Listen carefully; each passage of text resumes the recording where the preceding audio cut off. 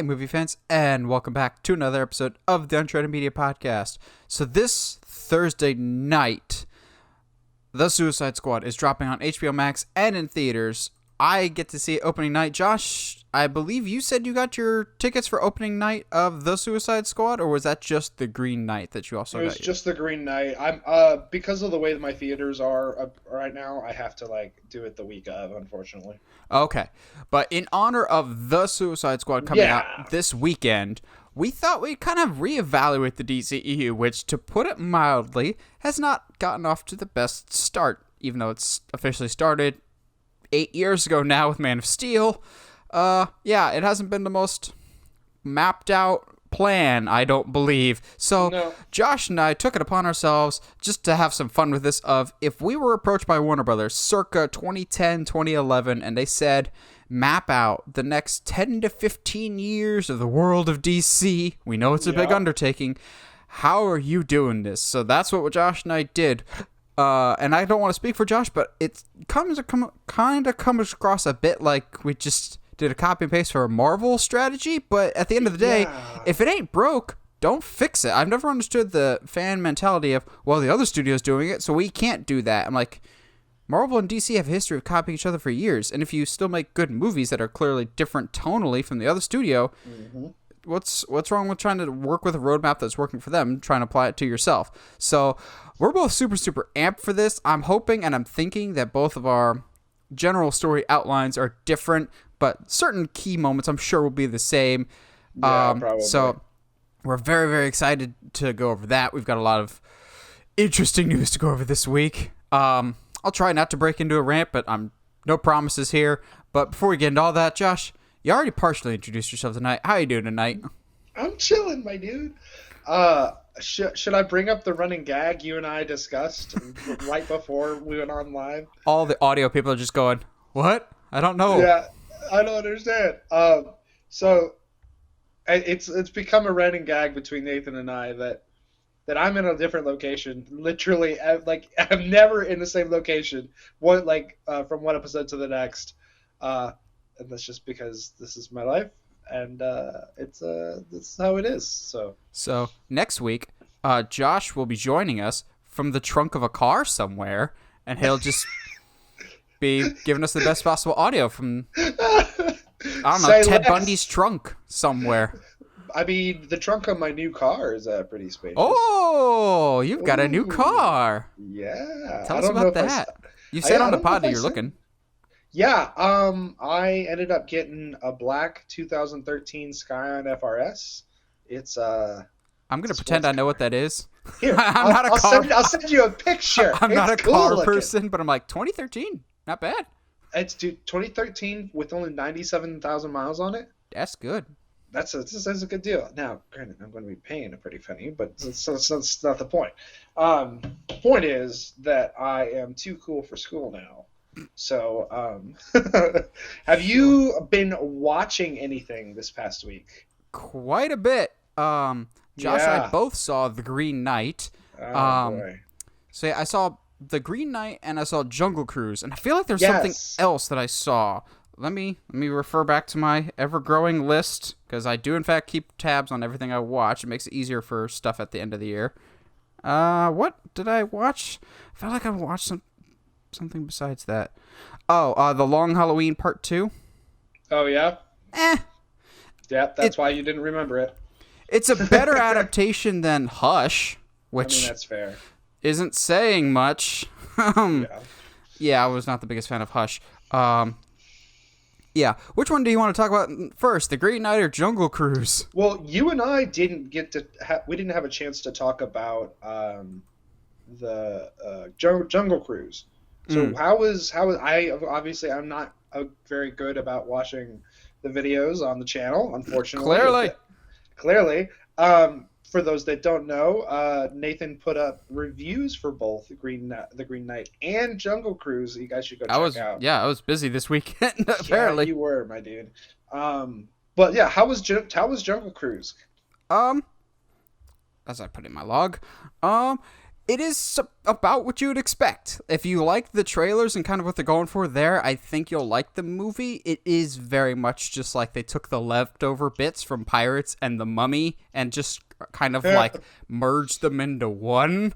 Because I said from the first trailer, I'm like, it's kind of weird that this strong, intelligent British woman with her kind of skeezy and annoying British brother seek out the help of a scoundrel to find them a treasure. Which also, I should say this, your enjoyment of the movie, at least in parts, may depend on your enjoyment of the ride, because it is, for the first third of it, a pretty good Jungle Cruise adaptation in terms of, this will be right up Josh's alley. Jungle Cruise is known for its bad puns, and they milk it for everything it's worth in the first third of this movie, which I loved so much. There's scenes of The Rock taking people on river cruises, he's just like, that over there? That's sandstone, but some people take it for granite. And I'm just going, yes! It's so bad. And, but that's what the Jungle Cruise is known for. The problem is, once the adventure gets going, the dad jokes just kind of stop. They have, like, one later when they get into Headhunter territory where they bring up the old classic joke of, it's a terrible place to be headed. And I'm going, yes! But they kind of just drop it off. That's a solid joke. Man, that could, like, if you're not paying attention, that's the kind of joke that'll just go over your head. See, they didn't do the one joke that I do like from the ride of there's a guy that sells shrunken heads, and they're always just like, oh yeah, that's Trader Sam. He's got a great deal for you. 2 of his heads for 1 of yours. And I'm going, they didn't do that joke, but they get away from the puns and a lot of the references to the ride once they start the adventure, which kind of just is whatever. It wasn't bad. The Rock and Emily Blunt have great chemistry. I will say there's a twist in the Jungle Cruise that I actually didn't see coming. But again, without dipping into spoilers, it is recycling quite a bit of the Pirates material in its twist without saying too much. There are some really wasted characters like Paul Giamatti. Josh and I love Paul Giamatti. Doesn't need to be in this movie at all, and he's really, really pointless. My other big takeaway is, good God, what did you do with this CG? Like, you have the Jungle Book that came out in 2016, and now you've got the Jungle Cruise 5 years later, and it looks terrible. There's a cheetah character that is involved in the movie, and is an important side character. We've seen much better looking cheetahs. The crewmen of Davy Jones's locker look better than the evil conquistadors in this. I'm just going, yeah, this ain't the best CG. What happened here, guys? As a whole, it's honestly not that bad. If you have any interest in seeing it whatsoever, I'd say go see it. If you're kind of on the fence about it, I'd say check it out once it's on Disney Plus for free. Basically, don't pay $30 for it, but it's a mildly fun time. Okay, well that's better than I could have hoped for. Again, I think you probably had a better time with that than you did with Green Knight. Last thing before we move to Green Knight, if you want to watch a good The Rock adventure movie, just watch the Jumanji movies again, basically. Like, it's a not as good Jumanji, essentially, is what I kind of think. But yeah, as Josh brought up, we both saw The Green Knight because it was on both of our lists of the most anticipated movies of the year, and I think both of us are just, like, not getting the buzz on this one because so many people are hyping this thing up of, like, this is the best movie of the year, this is spectacular. I'm going, from a technical standpoint, sure, but also, maybe it's just a personal preference thing. I think at times, being artsy for the sake of being artsy is kind of pretentious. And I think this movie feels a little pretentious at times. Now, if you disagree, that's totally awesome.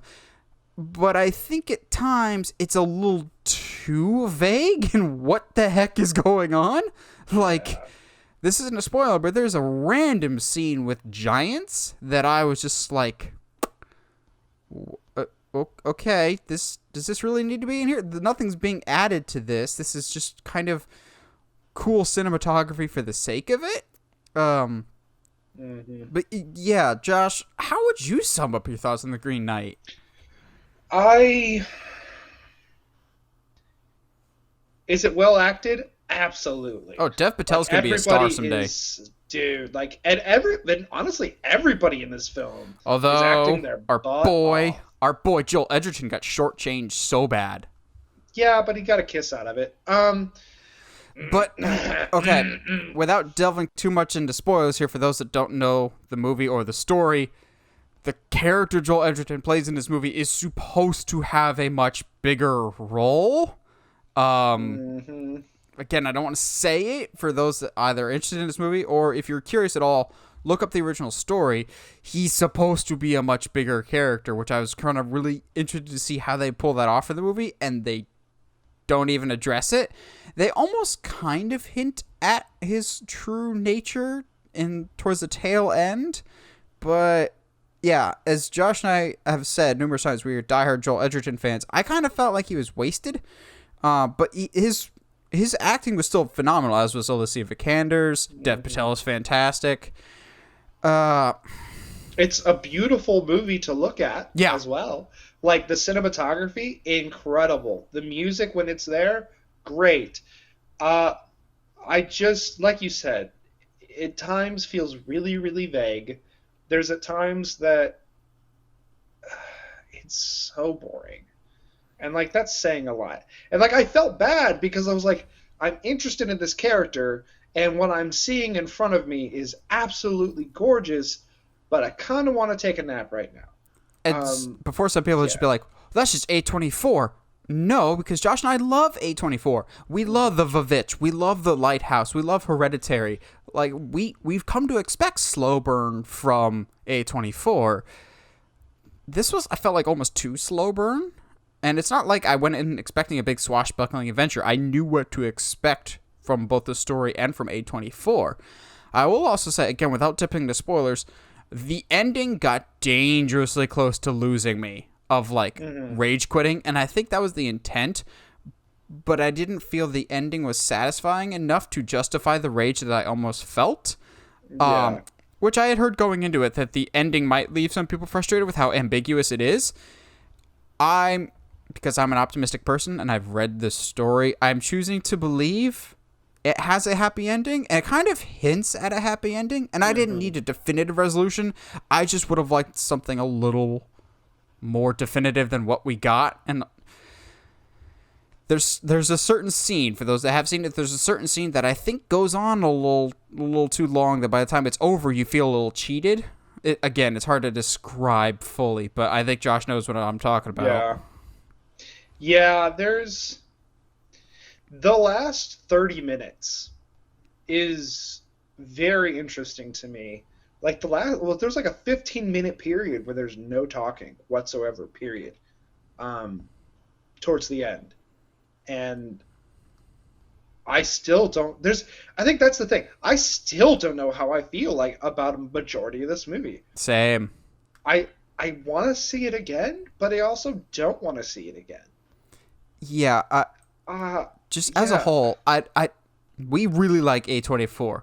A24 and Blumhouse are some of our favorite studios, but neither of them bat 1,000. And I don't want to say this is a miss for The Green Knight. I've seen a lot of people really react well to it. I think just for Josh and I, it just didn't hit the mark for us personally. The one thing I will say too is, in order for it to be a slow burn, there has to be a fire at the end. And I don't think... That's a good line. Hey, thanks. I don't... See, the thing is, even about slow burn, the tension feels like it's on 11 the whole time. The whole time. And that's why I think it's hard to distinguish what you enjoy about it, because there's no dip or change of emotions at all. But, well, at least the Green Knight looked awesome. Yeah! I need a pop figure of that. He looked amazing. I want the axe really bad. Now, we mentioned slow burn. This, our first news topic, has devolved from slow burn to straight up explosive fireworks in the sky, massive destruction and damage potentially of, well, didn't even know this was a brewing war coming, but now here we are in that Scarlett Johansson, Black Widow herself, is suing Disney for basically lost damages for the box office of Black Widow, and Disney, to put it mildly, basically issued like the most unprofessional response and has been so petty and really shown their true colors lately. So basically, what has happened is Scarlett Johansson and her representatives are suing Disney for saying you violated our contract when you said that Black Widow is going to be a theatrical release. Then you said you did put it in theaters, but you put it on Disney Plus for $30 the same day. First of all, I've just gotten a new profound level of respect for Scarlett Johansson right now. One, for standing her ground and basically saying, no, you owe me more money when that's rightfully earned to me. But more importantly, she's done all this after the movie's come out and after it's been out for a little bit. She's clearly had this issue for quite a while, but she had the professionalism and the class and the respect to her employers to go, you screwed me, but I'm still going to do what's right. I'm still going to promote this movie.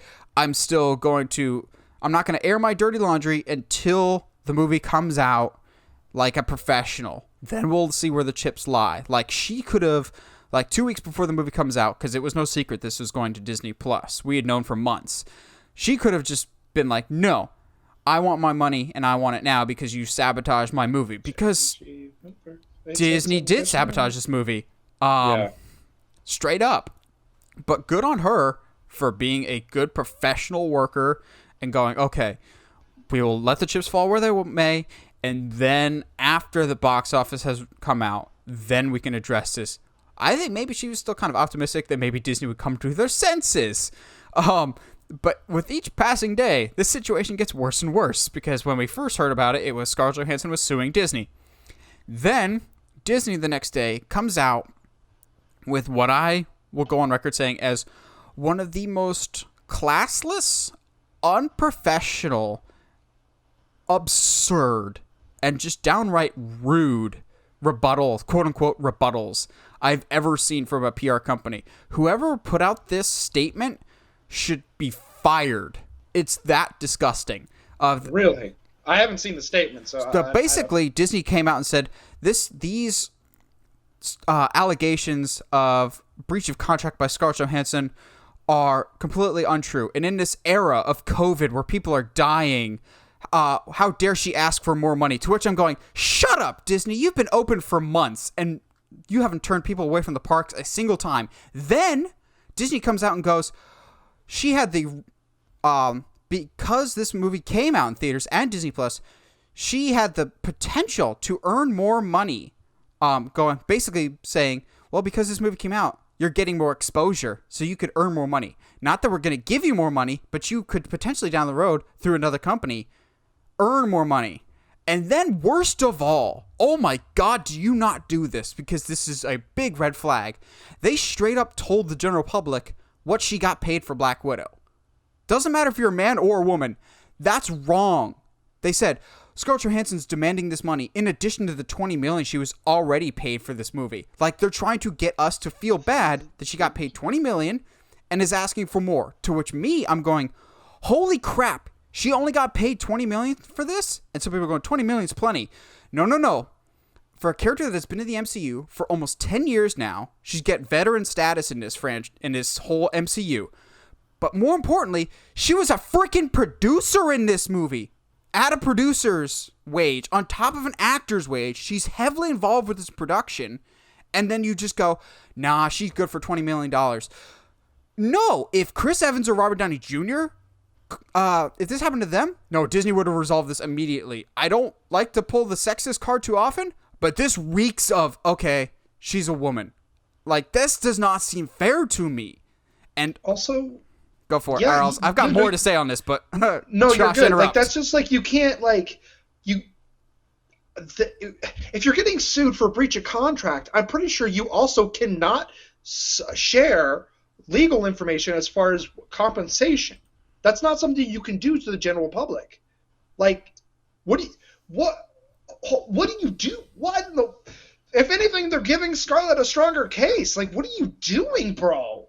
And they'll come out and say, well, because of COVID, no, a contract is a contract, no matter what. Like, you still are legally required to pay the woman what she is owed because you made the choice. You yourself made the choice to put Black Widow on Disney Plus. You did not have to do that. You could have delayed the movie till later. It would have probably still hurt your bottom line, but you had the choice to do that. You could have still honored that agreement. What's worse is they didn't tell anybody involved with this movie. They didn't tell people at Marvel. They didn't tell Scarlett Johansson. So naturally, she's pissed, which again comes to the respect thing of you kept your mouth shut, you respected them until this really bubbled to the surface. Now, again, it comes back to Chapek, who is in charge of Disney, and I'm sure he's the one that made the decision to put this on Disney+. Oh, yeah. He's pissed off everybody. Word on the street right now from reputable sources is Kevin Feige is, the word that has been thrown around, is mortified and embarrassed because Kevin Feige lobbied to them multiple times saying, this needs to be in theaters. You need to respect your talent. You need to respect their time and energy that's been put into this movie. And the other big name that I'm going, oh, that's bad, is apparently the other person that's just horrified by how Chapek has handled this is Disney's former CEO and head of the board still, Bob Iger, his former boss, who is apparently just awestruck in how poorly Chapek has handled this. Because mark my words, if Iger was still in charge, one, it would never have gone to Disney+, but two, if it was, this would not have been as big of a deal as it is. He would have sought out the talent and negotiated something. Iger was great with talent. Chapek can't get out of his own butt. He just seems to think, I know what's best for the business. And this has just been a massive embarrassment for the company right now because this has exposed Disney big time to the point of now other stars supposedly are considering filing lawsuits against Disney. Emma Stone for Cruella. Word on the street is maybe Emily Blunt for Jungle Cruise. The Rock is not one of them. He's got 7 or 8 other revenue streams coming in, but oh my gosh, I can't think of a time in more recent memory that Disney has, well, there's been plenty of times over the past year or two that Disney's looked bad on paper, but this is truly embarrassing for Disney to just go, you are completely not caring about your talent. And so people will be like, well, she got paid $20 million. Okay, so you have a job that promises you $50 at the end of the day, and they pay you $10. Are you going to be pissed and want your remaining $40? Oh, heck yeah, you're going to want that money. You're going to want what's properly owed to you, especially if it was written in writing. Like, what the heck are you doing, Disney? Yeah, it comes down to breach of contract because obviously we don't know what the contracts are saying, actually spell out. There's a lot of weird things sometimes that companies can put in contracts. But this to come out and say on a public platform, well, she already made $20 million, and it's like, okay, you know what? Here, I'm gonna do this real quick because I'm super curious. What Chris Evans made off of Endgame? Oh, not as much as Robert Downey Jr., who made close to $200 million. Exactly. So, and you can sit here and say COVID era, blah blah blah. Cool, whatever.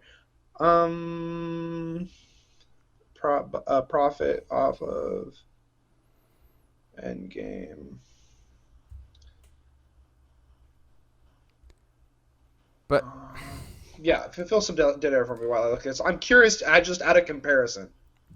But here's the problem that Disney's going to run into soon is there's been another report that actually came out a while ago, but has resurfaced recently just because of, obviously, certain people might not be too happy. Kevin Feige, I don't want to say it because I think it's still way too early to go out and clamor this from the streets.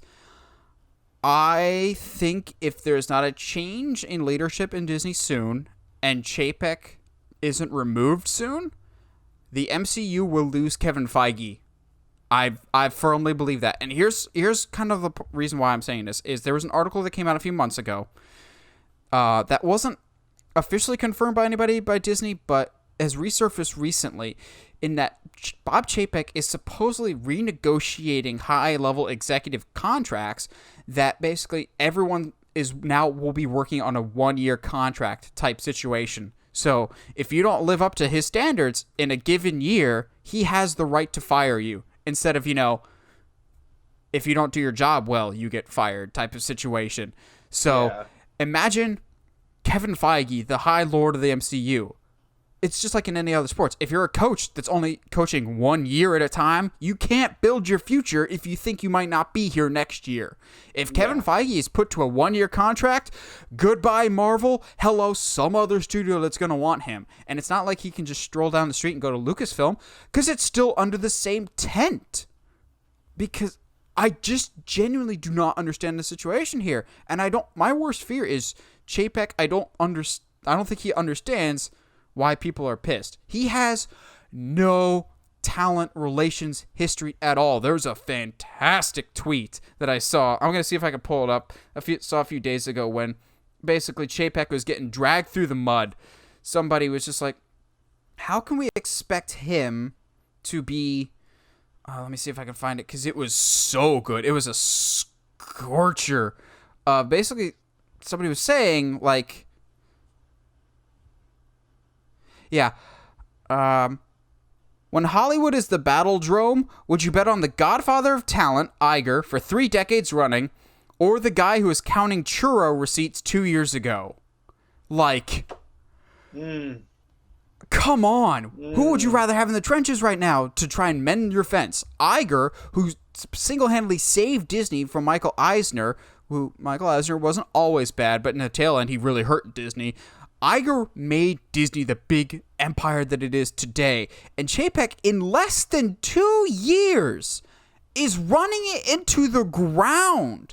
Now, I still have it on record on the podcast. I remember when he got announced, I lamented in the streets and screamed to high heaven that he was a bad choice. I think this has sped up his exit. I think the board is going, oh, you have a lit match and you're about to burn a very critical bridge. Not just for Scarlett Johansson, but for actors. If other actors see how someone established Scarlett Johansson in the MCU that's getting treated like this, they're not going to want to work for Disney. I wouldn't want to work for Disney right now if I'm an actor or a director going, I'm going to get screwed out of money. I will get promised something that they won't deliver on. This is a huge black eye for them. This is horrible. Whereas me, who thrives in Disney's chaos right now because I hate Chapek that much, I'm just going, let it all burn.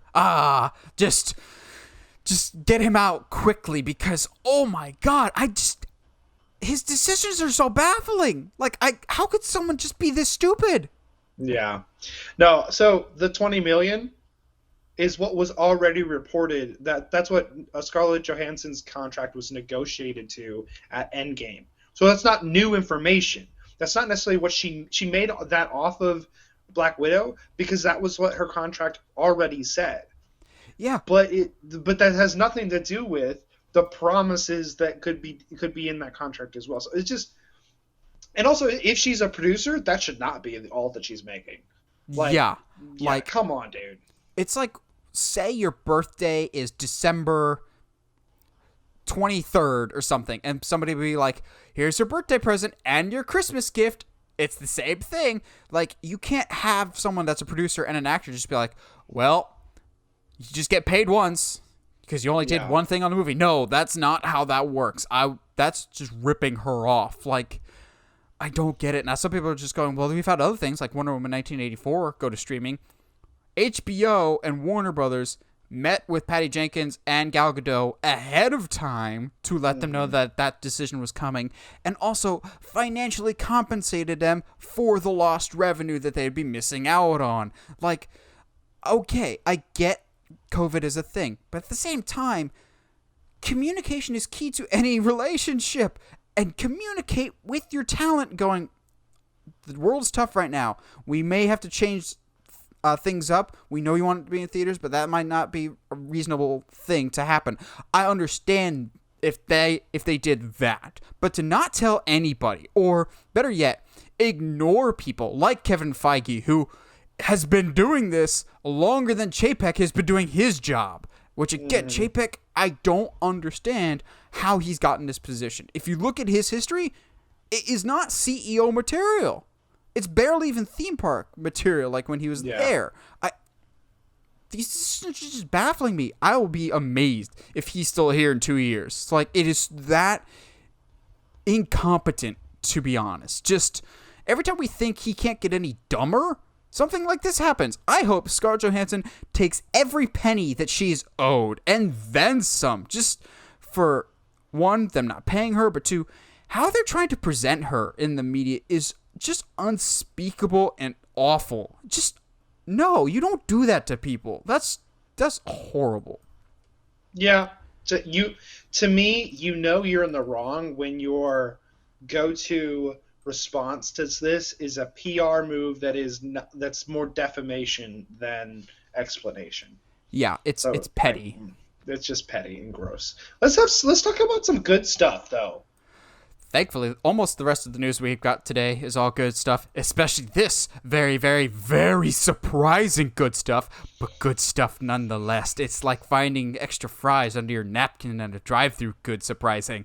And that is that J.K. Simmons is going to be playing Commissioner Jim Gordon in the upcoming Batgirl movie for HBO Max.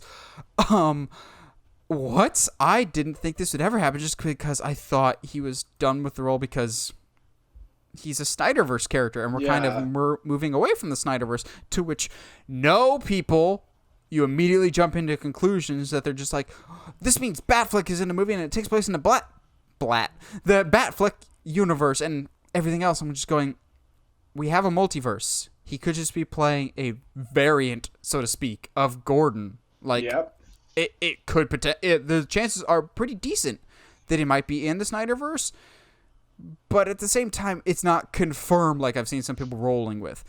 Yeah. I am so down with this because I thought one of the biggest missed opportunities in both Zack Snyder's Justice League and Justice League was not enough J.K. Simmons as Gordon, because...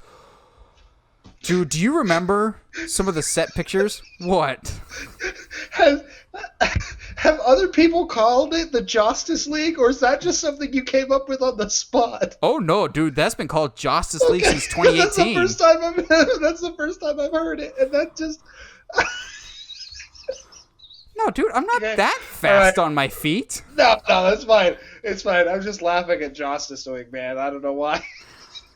So... whether it was Justice League or Zack Snyder's Justice League, I always thought, if we don't get more of this Gordon, it's going to be a huge missed opportunity. One, because the dude got himself in ridiculous shape. Josh, do you remember those pictures of him working out? Mm-hmm. And oh my God, he looked like J.K. Simmons ate J.K. Simmons. The man was terrifying. He thought it was Jim Gordon spelled G-Y-M Jim Gordon. Like, the man was swole to the gills. But also, Josh and I just love me some J.K. Simmons. Yeah. And when we saw him in both versions of Justice League, I'm just going, I love Gary Oldman's Gordon, but this dude looks like he was ripped right out of a comic, minus the cigar in his mouth. But like the big trench coat and the hat. Oh, I'm just glad we're getting more of it. Yeah. I'm just like, and this is terrible of me, but I just am picturing J.K. Simmons level acting in something, I don't know, say The Killing Joke, but brought to life. That Jim Gordon, where he's getting the crap beat out of him on the love ride, I was like, dude, like, yeah. I mean, I don't want that to be a thing, but I also really want that to be a thing. We don't know how big of a role it is, but it never hurts to add talent. And this just makes me immediately interested, just going, oh, you got whoever? Like, even if he wasn't Gordon before in the Snyderverse, I would still be excited with this because absolutely. He's perfect casting for this. J.K. Simmons is like perfect casting for just about anything. The man genuinely does not miss. Like, even when a movie might not be that great, you know he's going to be excellent. Like, he's perfect in Spider-Man. Like, he is the ideal J. Jonah Jameson. But then you see him, you're like, he's the ideal Gordon. He's the ideal drum instructor. Well, maybe not that last one, but he'll tell you if you're rushing or if you're dragging. Joker has him on the love ride. Are we rushing or are we dragging. Gordon? Like you said, it always helps to add talent, and J.K. Simmons does not miss. Also, I'd love to get more than, 2 minutes of screen time with him. Yeah, well, okay. In Justice League's defense, both Justice League and Zack Snyder's Justice League, I don't need a lot of Gordon in a Justice League movie. Like, No, both movies... you're right. Both movies were pretty packed as is, and Gordon isn't a Justice League character. He's a Batman character. Now, I would like to see who else is cast in this movie, because I refuse to let it go. I need Dick Grayson in this movie somewhere, or at least teases to him, because he's a very important character to Barbara Gordon's life. If you over-under 30% that this is in the Snyderverse, Josh. Over-under 30%.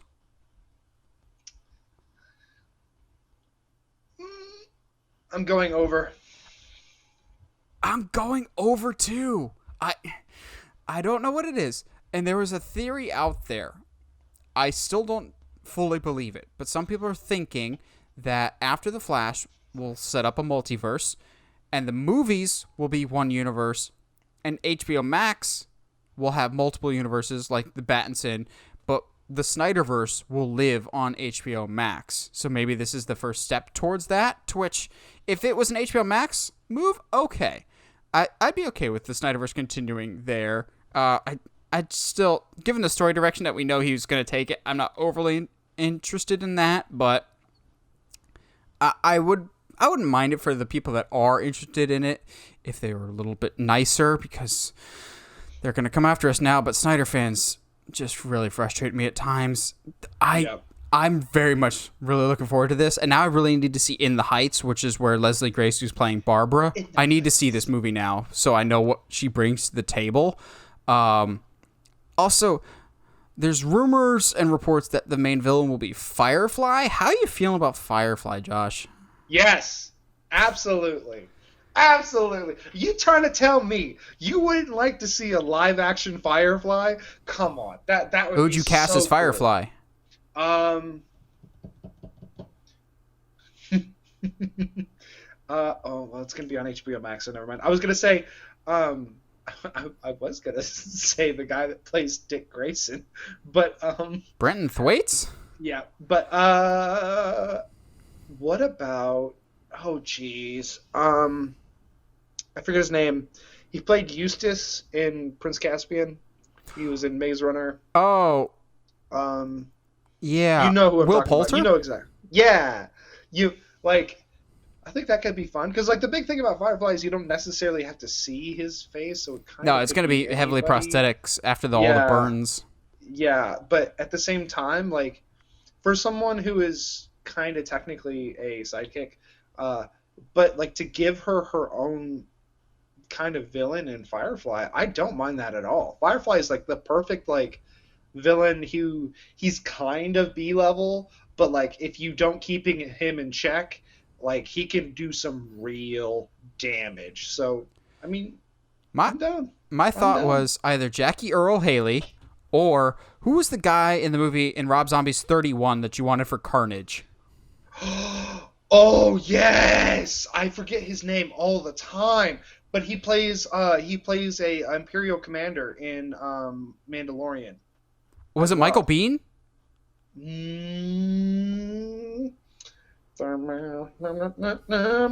Dude, we are live Googling so much today. That's just how we roll, man. Richard Brake. Okay. Richard Brake is his name. I don't know if that does anything for anybody, but he's I almost want to save. I want to save Richard, because what if for Zaz? Zaz or for Scarecrow? I don't see him as Scarecrow, just because the thing is with Scarecrow, at least for me, I think Scarecrow would be a perfect Batgirl villain, though. The thing is, for me, Scarecrow he's kind of like Two-Face in that when he's in the costume, he's terrifying. But when he's out of it, he's very groomed and well put together, at least in my book. I know there's been different incarnations where both Jonathan Crane and Scarecrow are terrifying and socially awkward, but I kind of like it better when he's Professor Crane and he's more normal, kind of has a Moriarty spin to him of here's the professor and here's the evil side to him.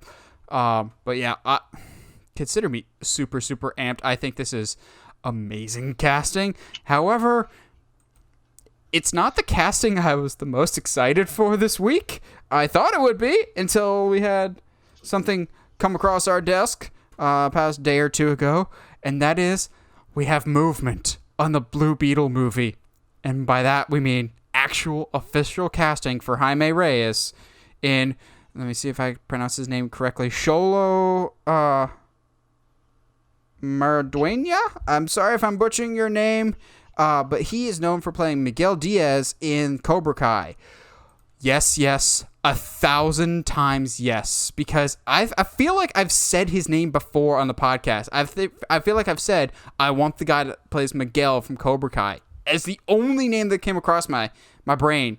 Also, this dude actually wanted to play Blue Beetle and was championing for it for months. He actually submitted his own, like, him working out and going, hey, this is me auditioning for the role of Blue Beetle, because what I love about his character in Cobra Kai, among many other things, but he's Hispanic and proud, which is essentially also what Jaime Reyes is.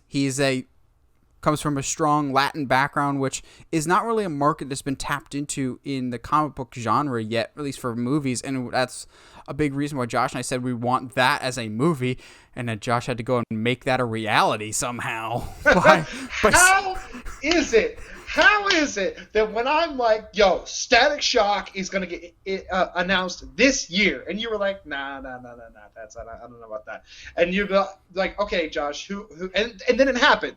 And then you're like, all right, what Blue Beetle are we getting? And I was like, Jaime! We're getting Jaime! Well, I never disagreed with you with Jaime just because, and this might be a little blasphemous for some like diehard comic book fans, but I feel like nowadays, Blue Beetle, the Jaime Reyes version, is more well-known than the Ted Cord version. Like, I know Ted Cord was the OG, but nowadays I think when, not everyone knows who Blue Beetle is, obviously, he's still a very obscure character, but I think the Jaime Reyes incarnation is much more synonymous in more people's brains now than the Ted Cord one, just because DC has really focused on Jaime and hasn't really done a whole lot with Ted Cord lately. And to be honest, I prefer that. I think Jaime is a much more interesting character than Ted, as much as I would like a Blue Beetle and Booster Gold movie. Oh, dude, this casting is just so wonderful. He's the perfect age. I looked it up. He's 20 years old, which is kind of insane because on Cobra Kai, he can pull off high school just fine. But like when he's not filming, he's got like this full beard that makes him almost look 25. I'm like, I hate you for being able to look older than you actually are. But I've tried to convince Josh forever to watch Cobra Kai, and I feel vindicated now going, my boy, because Miguel is like the best character on the show. He's, for the most part, pure of heart. However, they do a very, very cool heel turn with him pretty early on. I think season 1 going into season 2, he turns heel. But in true wrestling form, once you turn heel, your babyface return just makes it that much more gratifying. And holy crap, his babyface turn is so good. But clearly, with Cobra Kai, he's used to great stunt work and choreography. And he also has to deliver some really good performances, and some people will be like, really, from Cobra Kai? He's asked to do a lot in the show, actually. Quite a bit, especially in season 3 when, spoiler alert, it's not like he can move while acting without saying too much. He becomes more like Oracle than Blue Beetle, but I'm just so amped for this. Like, the holy crap, at least on paper, we haven't seen it in execution yet, this is perfect casting. Like, dude, I'm so ready for this movie. Dude, I think the only thing that's going to get me more hyped is when they cast Static Shock, and then, you know, when the trailers come out for both of these, then they're like, hey, by the way, there's going to be a team-up between them. Buddy team-up? Because if we don't have a Blue Beetle Static Shock that is got to have the same kind of friendship like Cyborg and Beast Boy, what are we even doing with our lives? We can call it the Blues Brothers.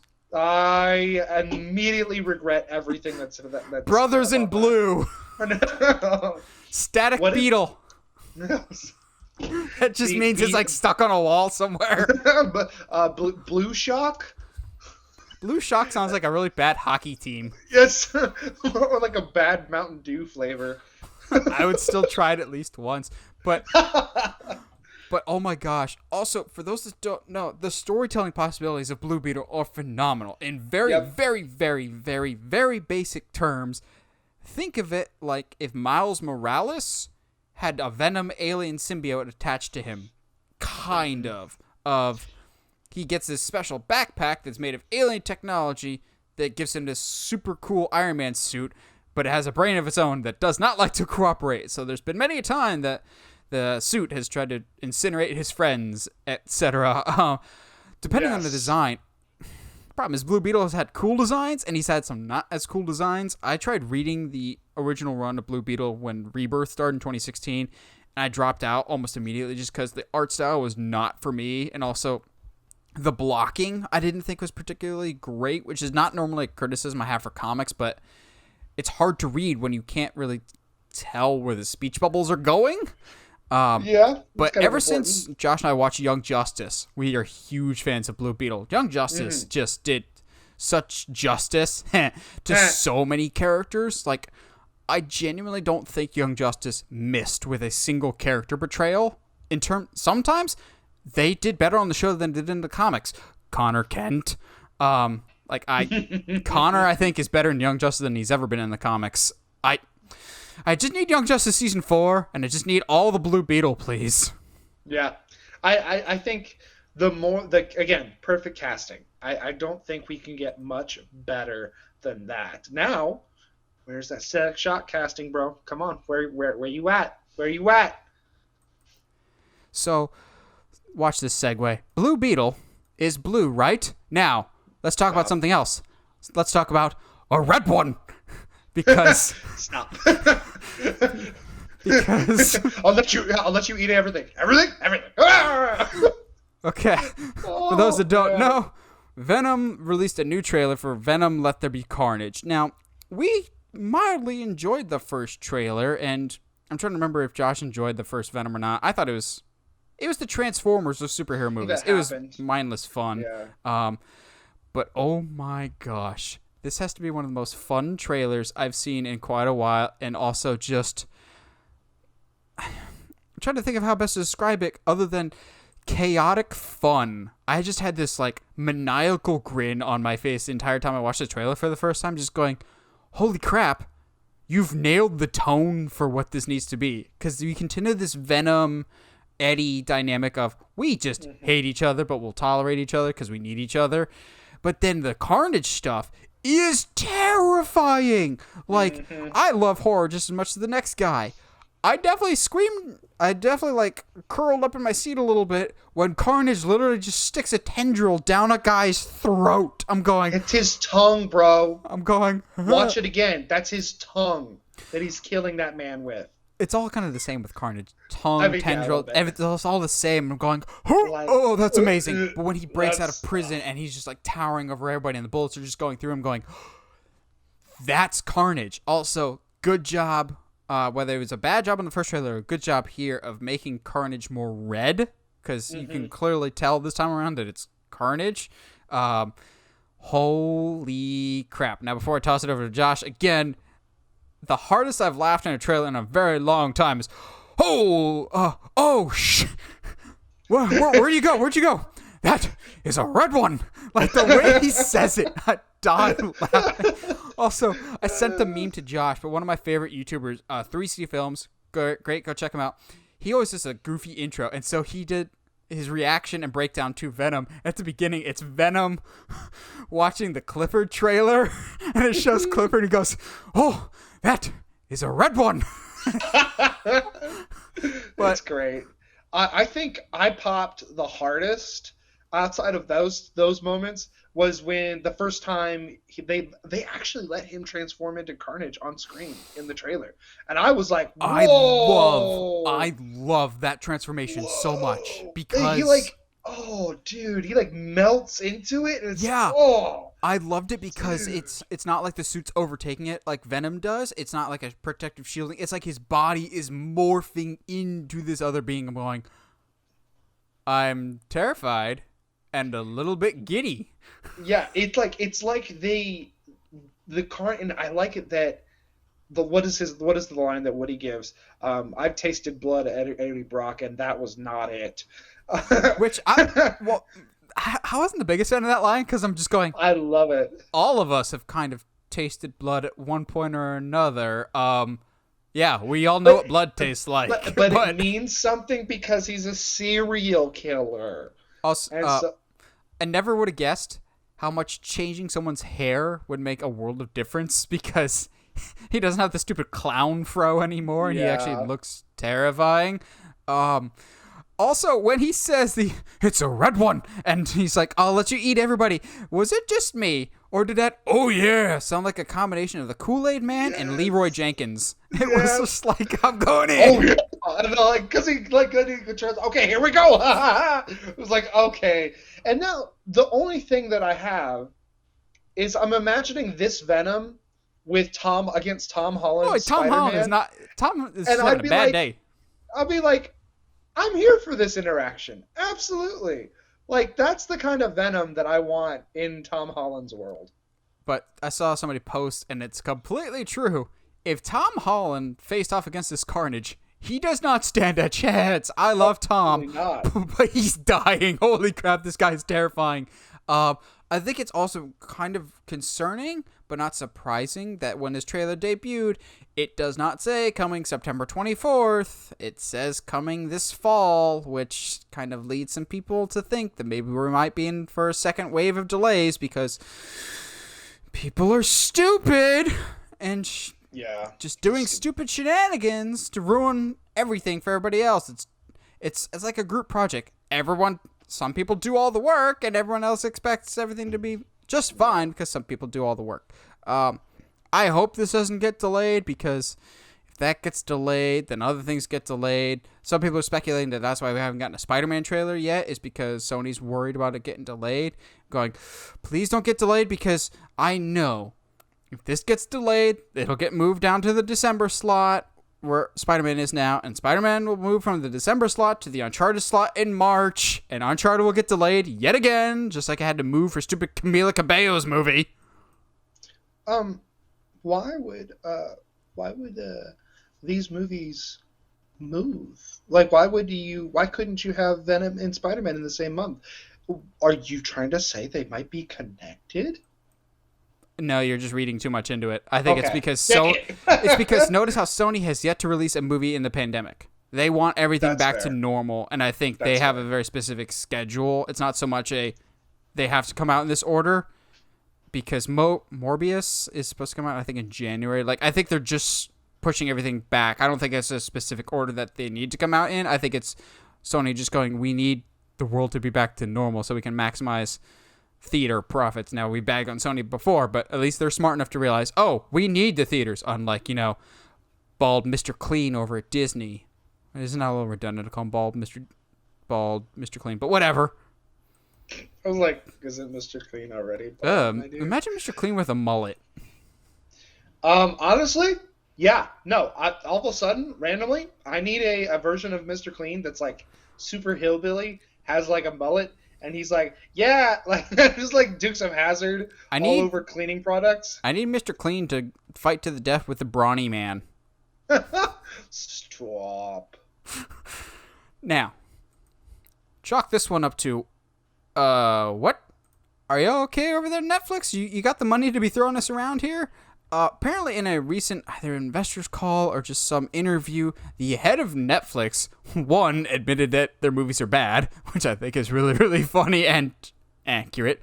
But two, they said that they were trying everything in their power to get Christopher Nolan under the umbrella that is Netflix. And I'm going, keep dreaming. Or is there a chance of that actually happening? Now, we know Christopher Nolan, as far as filmmakers go, is probably the hottest free agent on the market ever since he made his intentions very clear. He ain't working for Warner Brothers and HBO Max anymore because he straight up called them the worst streaming service. And yeah, I don't think he's wrong entirely. It's a bad race between HBO Max and Peacock of who's really the worst, because at least Peacock is working on improving, except for WWE streams, but whatever. I have a hard time believing Nolan will go to Netflix, no matter how much money they throw at him, just because he's been such a vocal anti-streaming thing. I don't think it's just an HBO Max thing as much as he was pissed that they screwed him over with Tenet. It's he doesn't like streaming. He wants movies to be seen in a theater, which I can respect, but at the same time, what's the Malcolm in the Middle meme? The future is now, old man. Like, at a certain point, either adapt or die, and I do worry that Nolan, as much as I love him, can be a little too set in his ways. I'm going, you're gonna basically pass up a really big payday here, and you have the chance to add to the prestige of Netflix, or give it prestige in your definition. I just don't see this happening. I think you and I have talked about it before. We could see him going to like an A24 or Universal, but Netflix, he's just been anti-Netflix for so long. But then again, Spielberg is working with Netflix now, so I don't think it's completely off the table. What do you think, Josh? Off the table. It's off the table because somebody who hates streaming, like, honestly, dude, if you're going to call HBO Max the worst streaming service, Netflix is not that far off from HBO Max. If you think that Nolan, who loves movies in theaters, is for some reason going to make a exception for Netflix just because for money, no, sir. Absolutely not. We have a guy here who is like, I'm going to make a movie about intergalactic time travel and use black holes and that have never actually technically been seen before. So, whatever. I'm just going to do that because I want it to be shown on the big screen because that is the best way to watch movies. I don't think he'll make any kind of compromise for Netflix of all companies. Yeah. Also, here's the hard pill to swallow, even for a big Nolan fan like me. And maybe this is just how I'm observing it. I'd like to see if you agree or disagree on this one. I don't think Christopher Nolan has as much weight to throw around in terms of these negotiations as he might have in the past. I don't think he's still one of the highest profile names in Hollywood in terms of directors that like even the casual person knows. People know like Christopher Nolan, Steven Spielberg, J.J. Abrams, and a couple others. He's a high profile name. I don't think he's as big of a name as he was about 5 or 6 years ago. I think Tenet's reception, has hurt his reputation, but also I don't want to say how he approached Tenet might have hurt his reputation a little bit, but I think it might have, of going, this has to be in theaters. I don't care that we're in a pandemic. This movie's going to cure the pandemic. And people will rush out to see it. And I think that was entirely misguided. Like, we were clearly not in a state as a country to see Tenet, but his insistence, I think, was not a smart move. And I think he might even say so. But just over the past few years, here's where I get all the Nolan fanboys to hate me. I don't think Christopher Nolan has had a truly great movie since Inception in 2010. Because Dark Knight Rises is fine, but it's Josh's favorite movie of all time. It's trash. We've got Interstellar, which has some impressive visuals, but to me it falls apart in that final third. Dunkirk was okay, but it felt more like his early stuff. Then you've got Tenet, which is probably his worst movie to date. So while he's not making bad movies, he's not making as high profile, like, oh my gosh, dude, from 2008 to maybe around 2011, like between Dark Knight and Inception and Batman Begins and The Prestige, man was like untouchable. He was a god in the movie world. But I think over the past few years, and especially with how Tenet was handled, I don't think he's got the clout that he used to. But maybe that's just my view of things. Maybe he still does have like that power. Make no mistake, he's still one of the biggest names. I just don't know if he's as big of a name as he used to be and has as much, like, I don't want to say drawing power, but just power in the industry as he thinks he does. I think the big thing here is that if somebody's like, hey, I'm going to go see a Nolan movie, you kind of know what you're signing up for. Yeah, emotionally depressed protagonist, but a really good movie. Yeah, a movie that is head trippy, sometimes unnecessarily complicated storylines, Emotionally distant characters. emotionally distant characters, terrible fathers. I want just one Christopher Nolan movie where the main character wears a t-shirt the entire time. Just regular street clothes, not a collared shirt and jacket every single time, or has some pretentious British name like Cobb. Like, I love you, Nolan, but you got to do something a little outside of your comfort zone every once in a while. Steven Spielberg did War of the Worlds. It may not be the best, but he tried something different. Steven Spielberg did War Horse. Steven Spielberg's a whole other issue of not as great as he used to be. Unfortunately. But yeah, I get Netflix's ambition, and good on them, but yeah, I just don't see this happening. He's too set in his ways. It's not like a Spielberg situation where he's teaming up, or at least his company is. But who knows? You watch next week; it'll be officially announced, and we'll just be like, "Oh, come on now!" Yeah. Well, before we get into our main discussion, which I've been looking forward to for about 2 weeks now, not even joking. If you want Uncharted Media merch like what I am wearing, case in point here, what I am wearing now, go to the link in the description or just search Uncharted Media in TeePublic. We've got all of our stuff there. We've got hoodies, t-shirts, mugs, whatever your heart may desire that's available on TeePublic. Get the Uncharted Media logo on that. But also, more importantly, we're only 25 subscribers away from 500 subscribers on the YouTube channel. So if you haven't already subscribed to us on YouTube at Uncharted Media, go do that. Help us get to 500 before the end of the year, because you guys are the best people around. And yeah, that's a goal that we've had for a while, is to help us get to 500 subscribers, because you're just amazing. Now, speaking of amazing, y'all ready to listen to some amazing stories and Josh's stories? Wow! I'm just kidding. I have faith in Josh. No, it's fine. I'll just leave for the rest of the podcast to you, dude. It's fine. I didn't put weeks worth of work onto this. Whatever. No, I have faith in Josh's storytelling abilities. So what we're doing now is basically we have made a roadmap of if we were in charge of DC circa 2010, 2011, when they're just like, okay, we got to catch up with Marvel somehow. What are we going to do?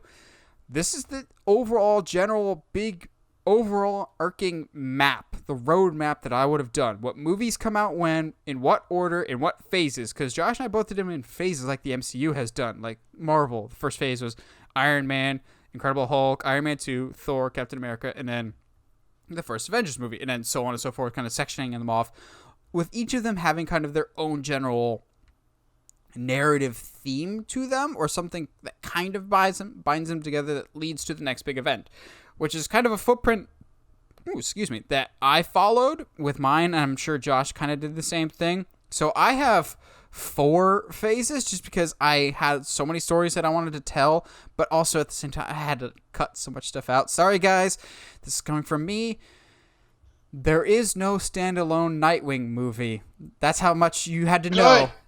That's how much you had to know that I put aside my own wishes for a universe and more went for what would cohesively make the most sense. Because that's the big difference between Josh and I, is I'm more concerned about cohesion, and Josh is going, fan fiction, I need my wish fulfillment. This is what I want. Okay, and to be fair, a lot of mine, I did do wish fulfillment, but at the same time, I was like, okay, but how could this work in a way that would be beneficial storytelling wise? Oh, same. Not just like, man, I want Atrocitus at some point, but like, actually, like, there's got to be a reason for him to be there. Okay, so I'm trying to think of how do we want to do this? Do we want to do each of us go by, I do my phase 1, you do your phase 1, or do we want to just do it a big dump all at once? Let's go phase 1. Let's go phase by phase, because I've got 3. So that'll give you your own little time there at the end there, buddy. Okay, so then you start us off. What is your phase 1 looking like? What's your first movie to your last movie phase 1? What's your narrative beats here? I've got all kinds of stuff, as I should, right? We're starting off strong with a traditional Green Arrow movie. I'm leading hard with Oliver Queen, and I want him old school. Like, we want quippy, we want charm, Like I'm not really down for this. Super Arrowverse. liberal. Yeah. Okay, maybe. Hold on. I was about to say, if you're going traditional Green Arrow, he's got to be very political. Yeah. But at the big thing for me is that he is charming. He goatee. He does his quips. I more like the Justice League Unlimited Green Arrow. Does he have a goatee? Yeah, okay. Obviously. Okay, that's all I care about. Goatee. He could be a mass murderer as long as he has a goatee. That's all I care about. I actually thought a lot about the killing part. I think what I'm okay with is him only doing like injuring low-level thugs. Not necessarily like if he shoots them with like a literal arrow, it might be like through the shoulder or something that'll definitely leave a scar, but will like stop them in their tracks, but won't kill them. But I kind of want him to legit murder like mob bosses and like stuff like that. So Arrow season 1. Correct, but when it was still good. But this is to give some tension between him and Batman later on. Okay. We're going Flash. I really liked the particle accelerator origin better than I got struck by lightning and a bunch of chemicals. Because it makes more sense to me. What do you mean by accelerator origin? That's the Flash show. Does the particle accelerator at Star Labs explodes? No. Yeah. The Flash show also gets struck by lightning with chemicals. Really? That's always been Flash's origin, dude. Man, it's been a long time. The only thing that changed is sometimes the lightning that gives him his powers is himself, creating a time paradox. But almost always it's... Yeah, wow. It's almost always him getting struck by lightning with chemicals. Okay, well, anyway. Because that's how he recreates his powers in Flashpoint. That's how certain generations of his get powers. Continue. So I want... Yeah. Details. Semantics. We live and die by our semantics, though. Yes, we will. So the fun part here is I kind of want him... I don't want Oliver Queen, to show up in the first third or anything like that. But by the end of the movie, I wouldn't mind them being somewhat like friends. To the point where... So this is a Green Arrow movie that Oliver doesn't show up till the first third of the movie? No. It's a Flash movie that Oliver happened to be. Oh, okay. I was thinking we were still in the Green Arrow movie. The Flash. No, I'm sorry. Okay, we're on Flash. Gotcha. Yeah. So we're on Flash. So because I want I want Oliver to give him his first suit, because I want it to look like Jay Garrick's, and I think it'd be hilarious. Bless your heart, Master. Bless your heart, man. Oh, dude, because it'd be so funny because Oliver's doing this as a joke, right? He's like, here, man. This is your costume now, which is such to me would be a thing that he would totally do to Barry. But then we get back to the more classic look that Barry himself creates by the end of the film. I don't necessarily have a villain in mind for that movie. Prometheus. Somebody simple, I do want Reverse Flash name dropped. Maybe not Reverse Flash himself, like Reverse Flash, but like Eugene, not Eugene. Oh geez, what's his like actual name? Eobard. Beobard? Yeah, Eobard Thawne. I want like Thawne. There it is. I want that actual name dropped, not like Reverse Flash, because I think the name Reverse Flash is kind of dumb. Yeah. But I wouldn't mind that being dropped at some point, just so that it's obvious to both Barry and the viewer that there's other speedsters out there, that he's not the only one. Next I have Wonder Woman. Honestly, I said keep it as is, as the movie that we got, except for I want Ares to be big, bad, and scary at the end. Yeah, that kind of goes without saying. Yeah, but like it's such a perfect origin story. I don't know if I could come up with anything better. Funny, I have kind of the same approach when I get to Wonder Woman. Yeah, and of course, I almost feel like these are cop-outs, but again, I don't know if I could come up with anything better with Shazam. I'm literally going to keep it as is. I think it's great. I have the same approach when I get to Shazam. It's just my placement is very, very different. which is fine. And you'll notice there's been no mentions of Superman or Batman up until this point. I want the cameos still a thing in Shazam, where he's like, I want to meet Superman, and Superman shows up at the end or whatever. I want that. I still want it. But we haven't mentioned Superman at all yet. I know. That doesn't make any sense. Superman's just gonna here. Well, maybe it's okay. You know what? Fine. I'll add some stuff. We'll do this on the fly. We're having a good time, right? It's jazz writing. It's jazz writing. You can have him come up in like news stories on TVs or something like that. But like not I'm trying to let these characters have their own movies and let the quote unquote big boys kind of exist in the background until it's time for them to come in. Next, we're coming in after Shazam with a Green Lantern movie. I'm gonna keep Parallax as our main villain because I think it's a solid first.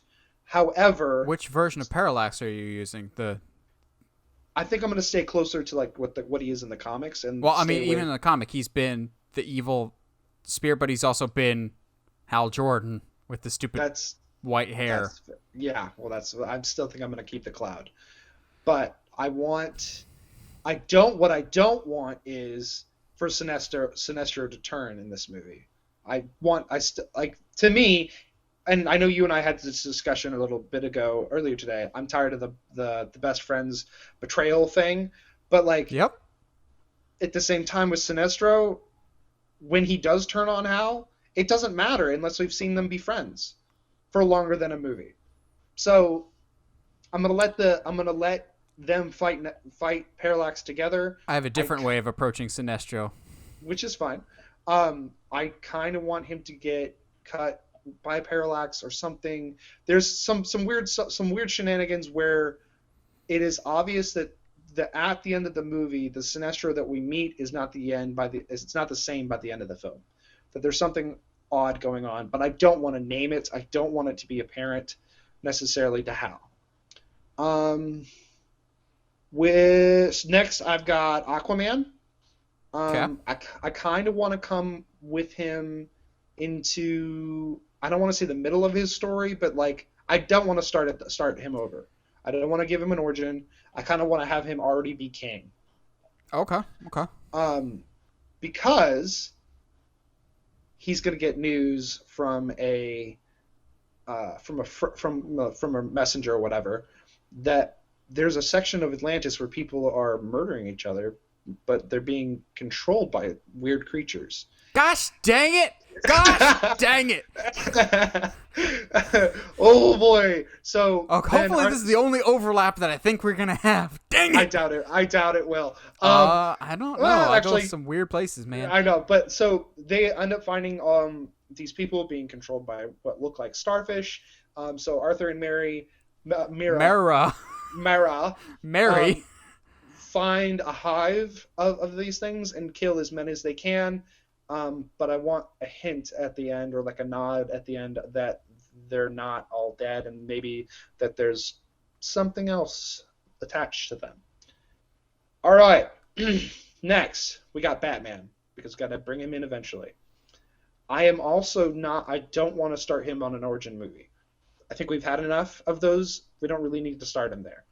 I haven't decided whether or not if it's like 10 years in or whatnot, but what I had decided was, I think what's important is that the world thinks of him as a urban legend. Gosh dang it! Not as as like this big superhero. Gosh dang it! That's specifically in my notes. Because I think it's important, right? Because he's up into this movie, we kind of, maybe through conversation between him and Alfred or something, kind of show that he's really been sticking to smaller crimes, not necessarily petty theft, but like stuff that isn't really going to get him noticed, stuff that doesn't really make that big of a difference. And so now he catches wind through his wonderful detective work that there's going to be some ways to make some big differences in Gotham when he gets information to somehow take down Black Mask. Ooh, okay. Yeah, guys. So this will Then, because Black Mask is like a notorious mobster in the city of Gotham, fairly well known to the media, it thrusts him taking on Black Mask will thrust him into the mainstream of people like, oh, Batman's real. There's no denying that the Batman's real. And I wrote this last section just for you of what I want the last 5 minutes. I want Bruce and Alfred to be driving in their limo, right, going somewhere, and they're just talking about how, now that Batman is, he's been thrust from the shadows, there's not much we can do about it. People know about him. Maybe it's time to start getting in contact with the heroes that Bruce has been keeping tabs on this whole time. He agrees, and as he's getting out of the limo, Bruce says, "Enjoy the circus, Master Bruce. I hear they have quite a high-flying act." And Bruce just goes, just looking for inspiration, Alfred. Boom, cuts. All right, and next we have a long phase one, dude. Dude, it is a long phase one. But to me, in order to get a prop, I wanted to end each phase in a Justice League movie. Yeah, same. Of some sort. So that first one is going to take a while to set up. But to me, it'll be worth it to finally see all these characters all in one place. What? You're saying it takes time to set up a Justice League movie? Yeah, totally. Exactly. So, I next, and just before Justice League, we've got our big boy in Superman. I don't know what it is about me in origin movies, but I don't like them. Apparently, because I don't want. I obviously throughout this, I want all of these movies. Excuse me. I want hints of Superman. I want he's been around, he's been in action, he's been doing his thing, and all these other heroes are just trying to be like him in some way. I even specifically said I would really like something very similar to the opening of Superman and Lois, where she's talks about the opening, yeah, my mom made this suit, blah blah blah.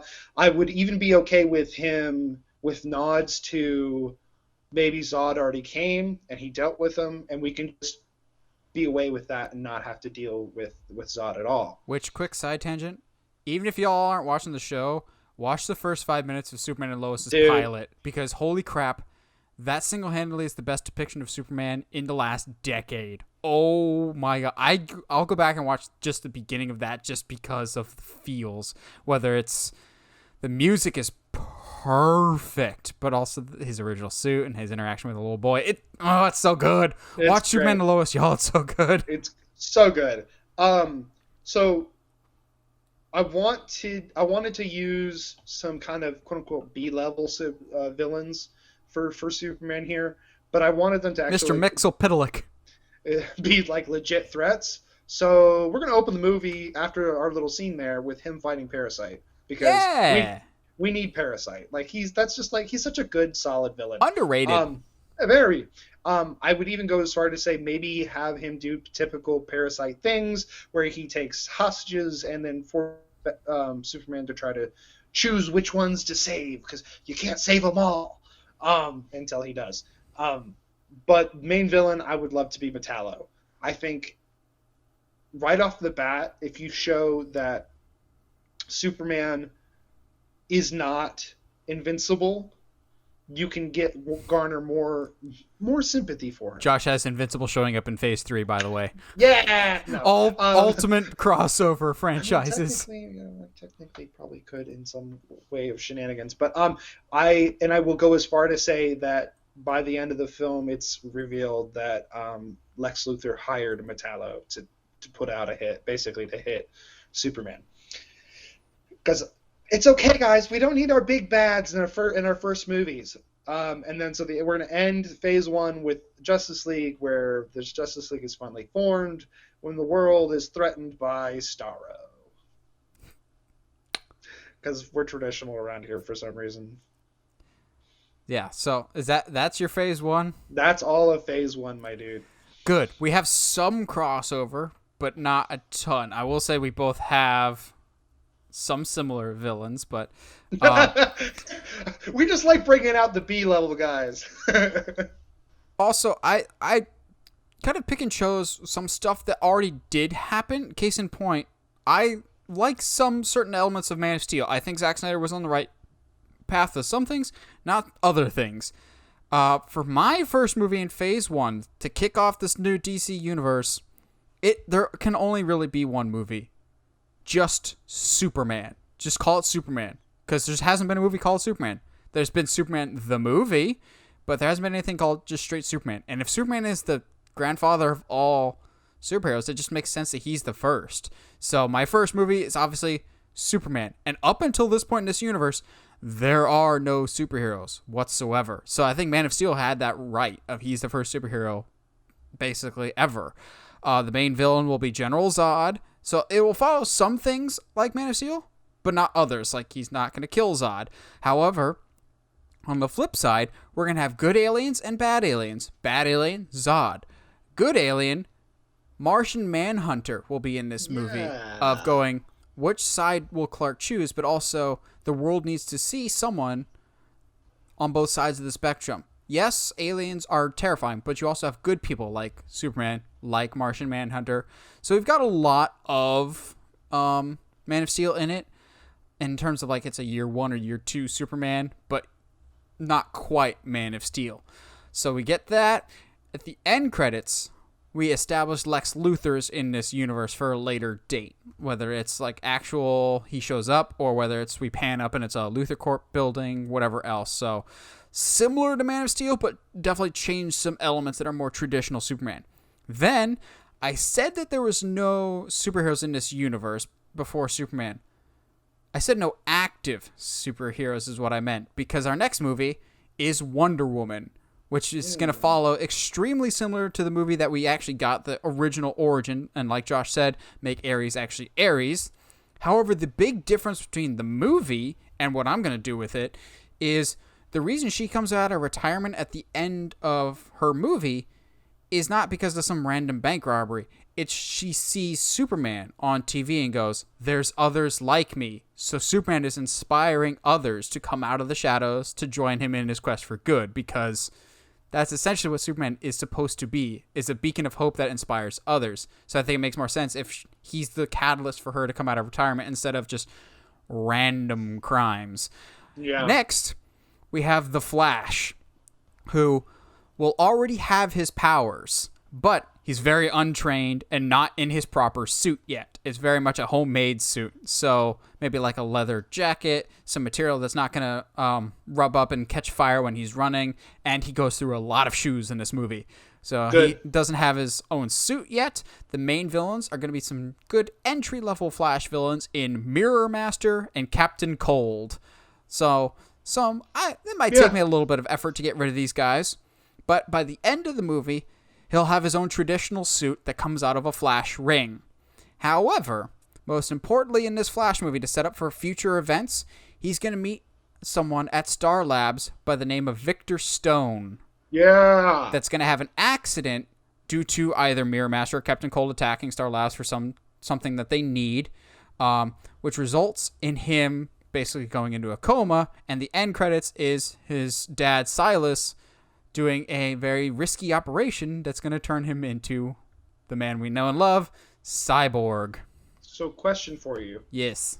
Are you going to be using the mother boxes in that scenario? I'll say yes, but we will not refer to them by mother boxes or call them out as mother boxes for quite a bit yet. Think of it like how we had some powers from Wanda in the MCU, but didn't fully capitalize on them until much, much later. So, I want to establish Cyborg for later reasons, but we won't get to Mother Box and that type of technology until much, much later. So, next, after The Flash, we're going to have our first Batman movie. Now, I put Batman here because we're coming off of Dark Knight Rises, so I think we needed a little bit of buffer space between our previous Batman and our current Batman. Now, I also said Superman is the only superhero. It's because at this point, Batman, like Josh had in his story, Batman is an urban legend at this point. He's not a full-blown hero. He's doing his usual thing with help. I have Batman and Robin already being a team at this point because I want to speed up Batman's timeline. He's already been doing this for a while, but he's still kind of an urban legend. He's the boogeyman to criminals, basically. Him and Robin are already a team. And here's where we start off strong because I can't really use them anywhere else and I want to put them somewhere. We use a Court of Owls storyline here for Batman and Robin of basically it's a murder mystery of, wow, there's a secret Illuminati in Gotham. And obviously you have the connection here. You can either go with the Batman route like they do in the story, or you can still bring in Dick Grayson, who was supposed to be a assassin for the Court of Owls before obviously that plan changed. So you can have this whole interesting murder mystery with Batman and Robin teaming up, but you start to see the rift between Batman and Robin naturally as they're not always on the same page. Once that wraps up, the end credits will have Dick Grayson just going out on patrol one night when who does he run into but Cyborg, Victor Stone, and that's where we're just going to leave it, the two of them meeting up. So next, we've had enough planetary stuff for now. We need to, in the words of Tom Hardy in Inception, we need to think a little bigger, darling. We're going to space. We're not doing Green Lantern. We're doing Green Lantern Corps.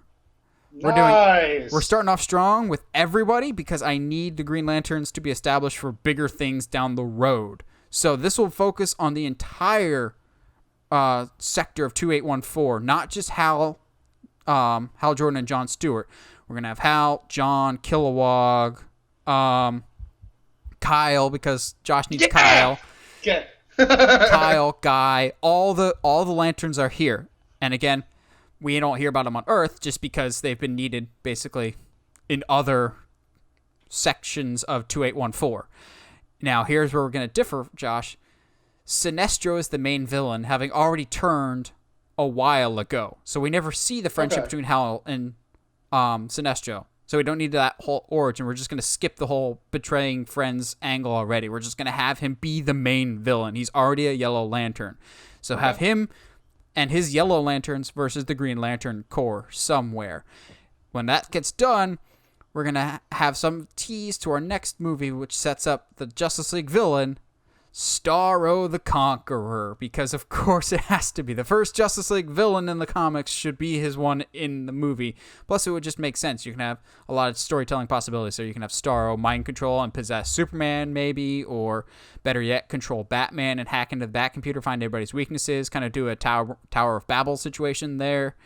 In Justice League, though, we're still going to use that opportunity in the Justice League movie when everyone's teamed up together to introduce some characters. We have Starro as the main villain, but we also need to use this opportunity to introduce Aquaman and Atlantis, so the Justice League could really be out of their depth here, because that was really off the cuff, but I'm glad it worked out. They could really be out of their depth and just go, okay, we don't know anything about this, but we've heard legend of beings beneath the sea, and so they seek out Arthur Curry, who Batman has kept some tabs on, but doesn't fully know the extent of his power. So yeah, he's not Aquaman yet. He's still just Arthur Curry. So the Justice League's teaming up to defeat Starro based on what they learned from Arthur Curry and the Atlanteans, which will be where we leave it for Phase 1 going into Phase 2. So I'll just keep going now, and then I'll hit back to Josh, because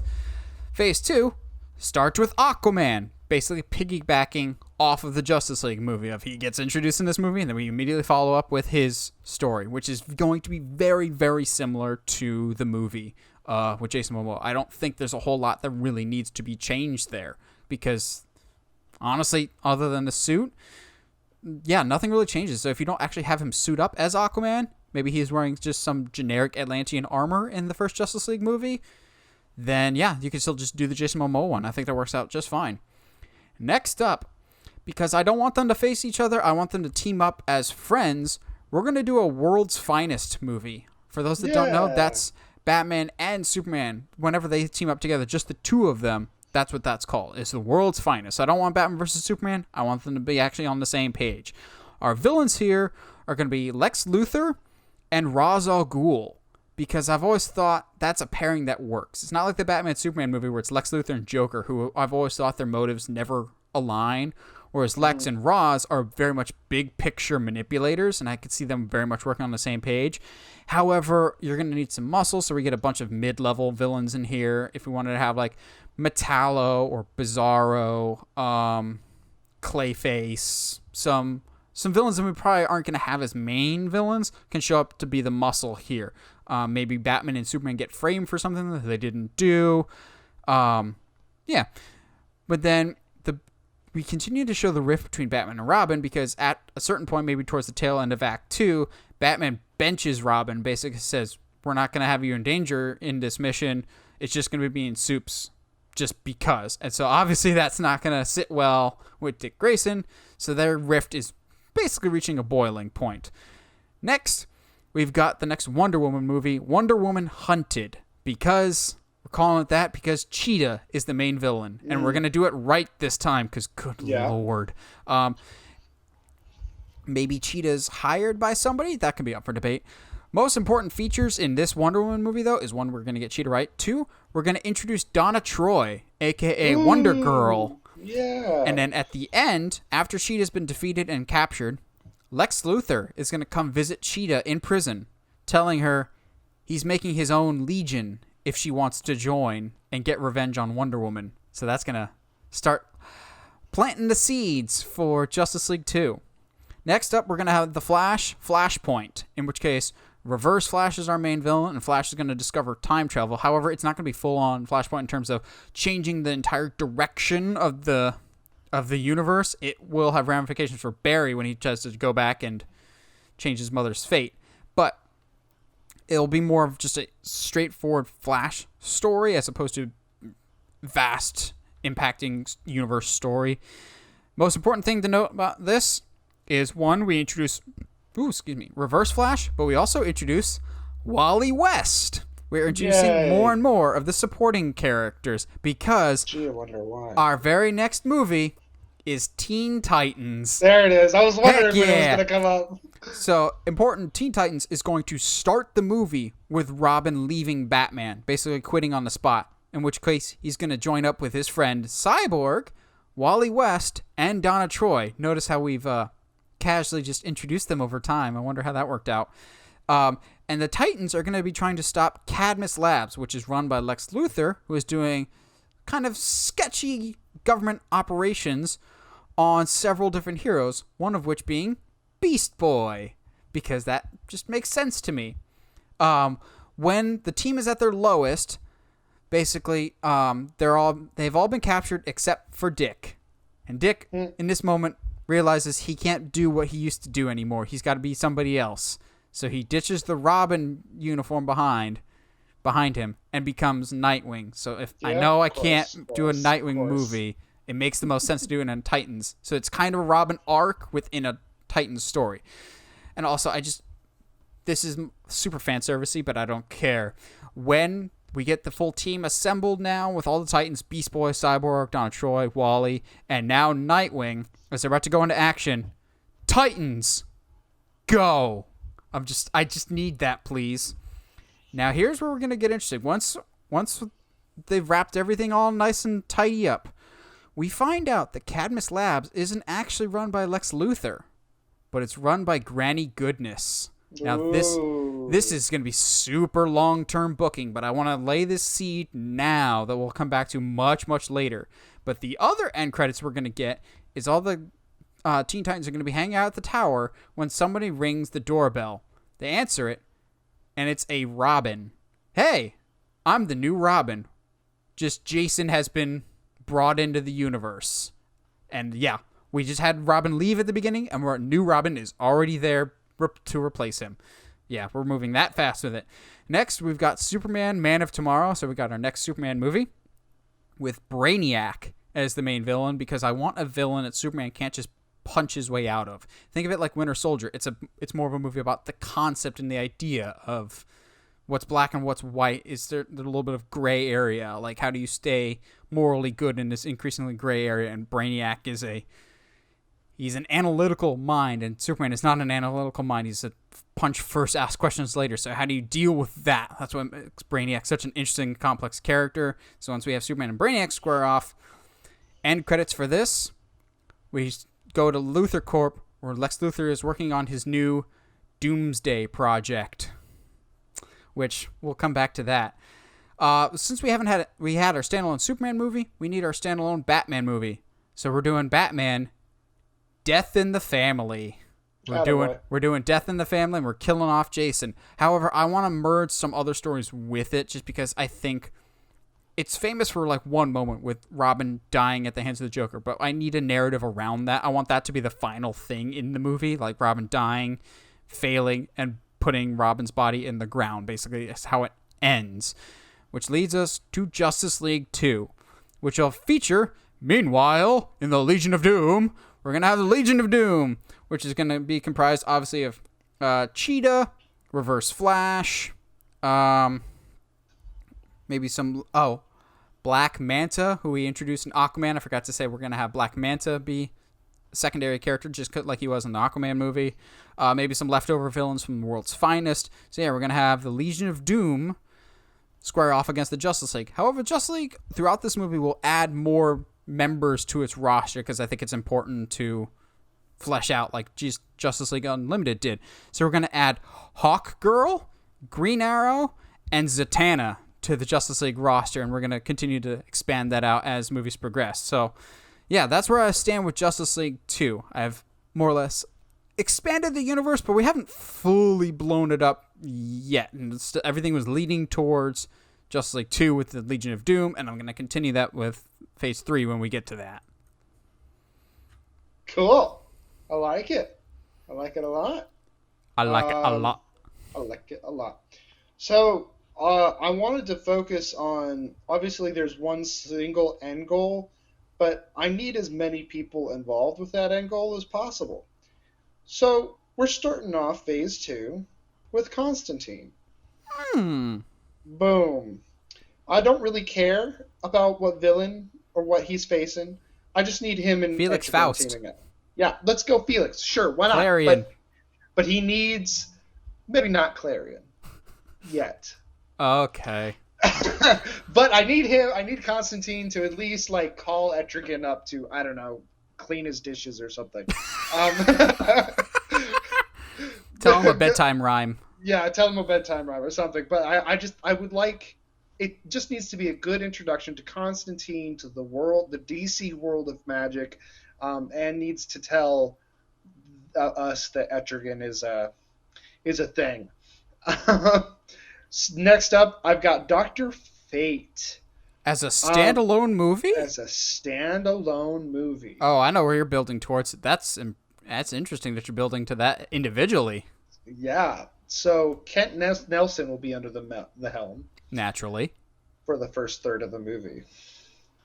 Oh, crap. Please don't tell me you went the same route that I did. Until he fails in the middle of facing off against Clarion, who gets away, and so Zatara,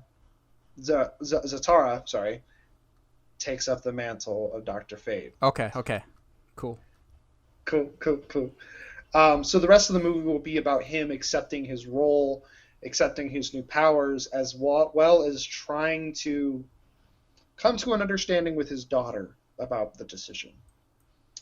Who is, for those at home, Zatara is Zatanna's father, yes. Obviously, because naming. Because naming is a thing. I want Clarion to get away in the movie, in the sense that maybe I don't know how you pull this off, but maybe he kills Kent and then dips, and he's not in the movie the rest of the time. And so Clarion is not this new Dr. Fate's first villain. That way, that when we see Clarion again later, it's got a bit of an emotional response from Dr. Fate. Next up, we got The Question and the Dead Man. That's an interesting pairing. It is. I want a dark, Lethal Weapon buddy cop movie with magic. Is Dead Man going to be dead going into it, or does Boston die during the movie? I'm okay with either way. I almost want to play it as, because I want a buddy cop. So why not do, maybe Boston dies in the middle of, like, maybe him and Question are like best friends. What if they're trying to solve Boston's murder? Ooh, even better. That's on brand. Let's go. That's on brand. It is.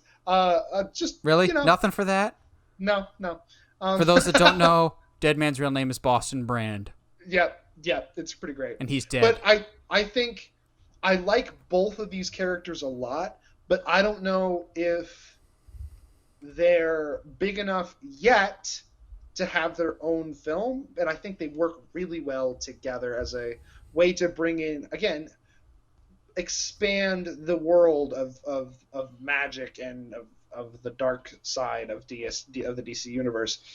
I am going to then hit up Swamp Thing, because why not? We need to get in there. Who's teaming Phrasing. up? Yeah. Who's teaming up with Poison Ivy? That makes sense. Yes, it makes sense. That way, it's kind of a weird, complex thing whenever she shows up in Gotham as a villain, because you and I have both always said she's not really a villain, but she's kind of a villain. But yeah, I want to have that question that we have as the audience to already be baked into the universe itself. I don't. It's Swamp Thing, so he's just gonna fight a corporation, I think.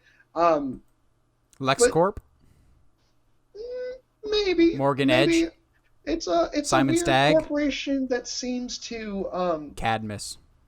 just be dumping magical waste into a swamp, and There's magical waste? There is magical waste. You have spells and stuff like that, and there's always trickle down from that. So don't use trickle down when you're talking about waste. I'm just getting a nasty visual, man. You could. Good. So then we'll end phase 2 with Justice League Dark. So we bring all these guys together. Of course, it felt like a natural progression. Before we get to phase 3, I wanted to show that how big this universe was, not just with our big guys, because we're going to need everybody on deck when the time comes. But yeah, Justice League Dark, we'll have Clarion come back along with his cat, so him and Dr. Fate can have a showdown. And we'll leave hints towards the end with Clarion maybe saying something like, I'm not the one you really should be worried about. I'm not, you should be really looking over your shoulder. And we'll just end phase 2 right there. Then do you want to just go right into your phase 3? I got you, bro. Because this is your big climax here. My big finale. I did realize that I forgot to mention in my first Green Lantern movie, towards the end I would like nods of color, of being like, hey, there's other colors of Lantern, not necessarily yellow, but just in general, like, hey, there's other lanterns besides green, because Green Lantern 2, I need Atrocitus. I just can't. I need him to come. I need someone in existence around Hal to really try to break his will, to really challenge him physically here, so that he might need to look for more help from the Green Lantern Corps. So by the end I want Atrocitus to basically almost kill Hal, there's scenes in Green Lantern Rebirth where Hal loses his ring, and so out of his own will, he literally forges his own ring. I wouldn't mind if you went that far. I think if we're gonna bring Hal to legendary status, you got to do stuff like that. So maybe by the end, he dies. He almost dies. He reforges his own ring, and he's sent help by the Corps. Maybe Sinestro. I'd prefer not, but I would really like to bring John in here. I think just John, though, like John, Kilowog, and some of the other Lanterns. I kind of want to save Kyle and Guy and stuff like that for the next generation after Phase 3. Let them have their own stories so we can have Hal here and kind of separate them a little bit there. Maybe Atrocitus giving at the end little hints of, again, more hints that something big is coming, that there's, I'm not the only one with bloodlust in my eyes. I'm making some odd choices here in Phase 3. Phase 3 was really hard because I knew what I wanted to build to, but there was so many ways to get there that Yeah, I I know the wanted feeling. to be I wanted to be as careful as I could. Um, and so because of that, I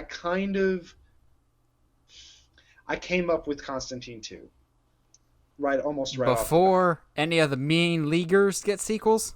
which is interesting. And I think partly because there's some other stuff coming down.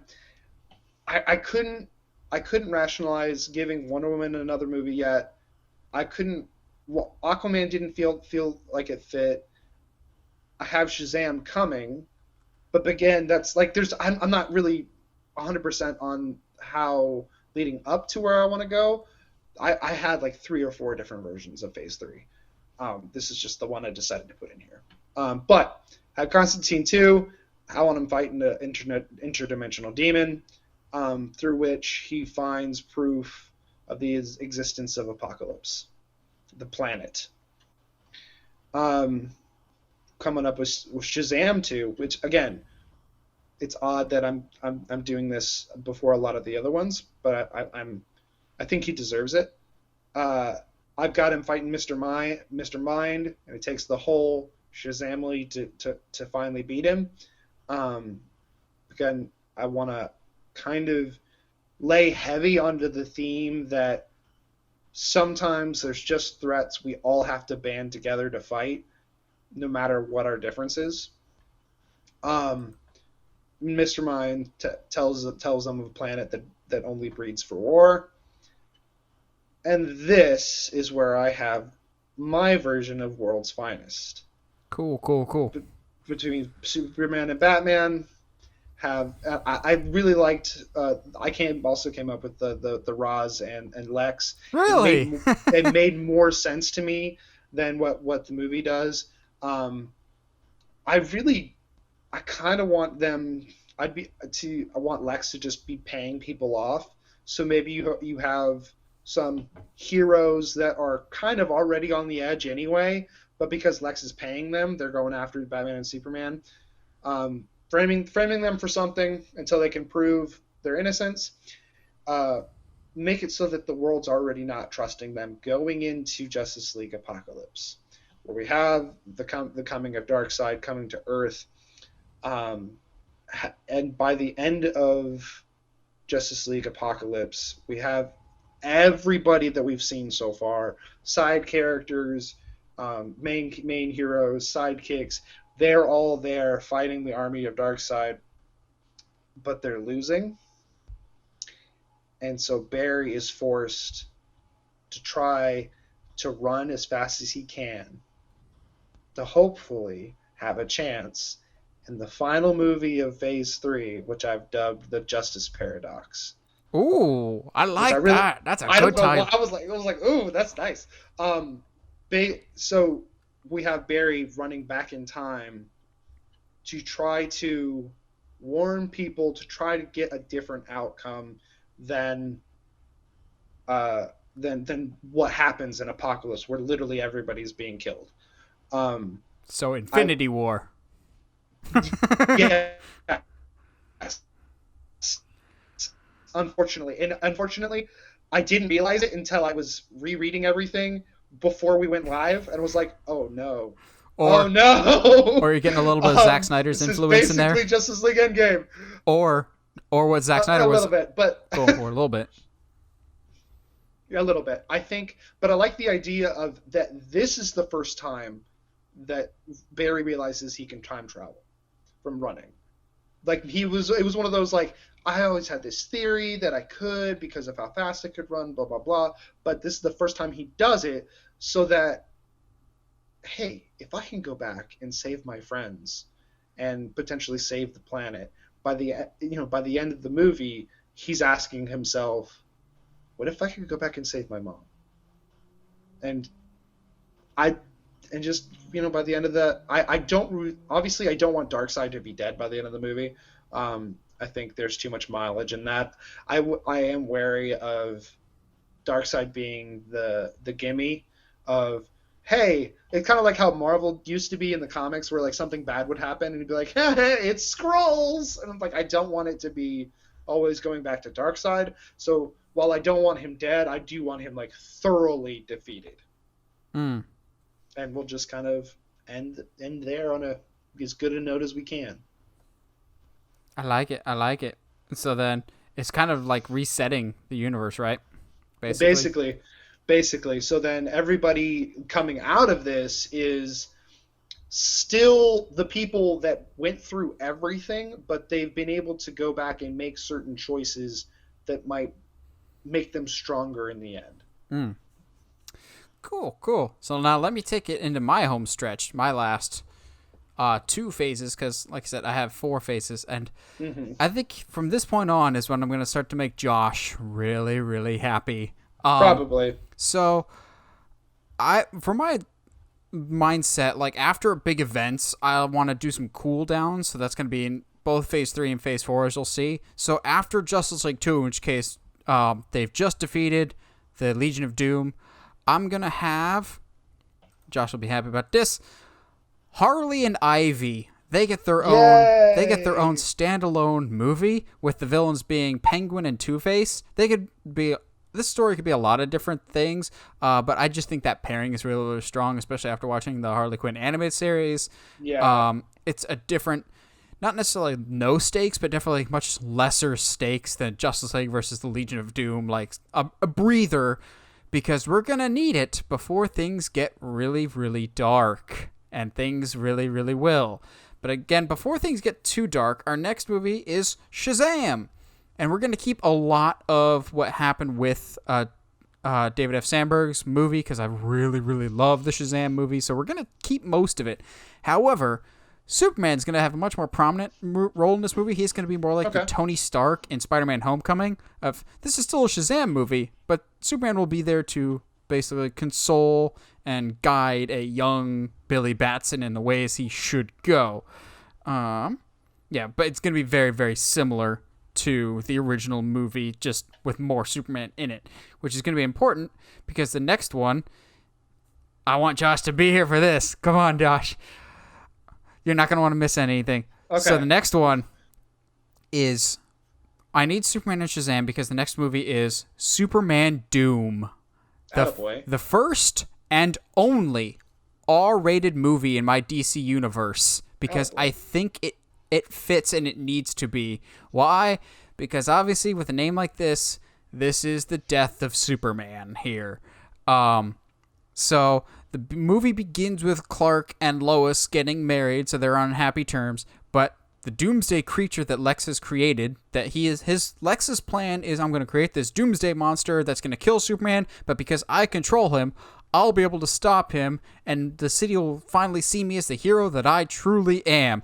Obviously, that doesn't go right, and Doomsday breaks out and just causes massive havoc. If we want, we can maybe have Doomsday kill some lesser-known heroes, like maybe like Plastic Man or Mr. Terrific, like not like high tier, but show that he's not to be messed with. And up until this point, Superman has not faced a threat like Doomsday, so he's getting his butt kicked, and he actually has to tap into that unbridled rage that he has. This is the first time that he's actually able to unleash for the first time, basically, and just go ham on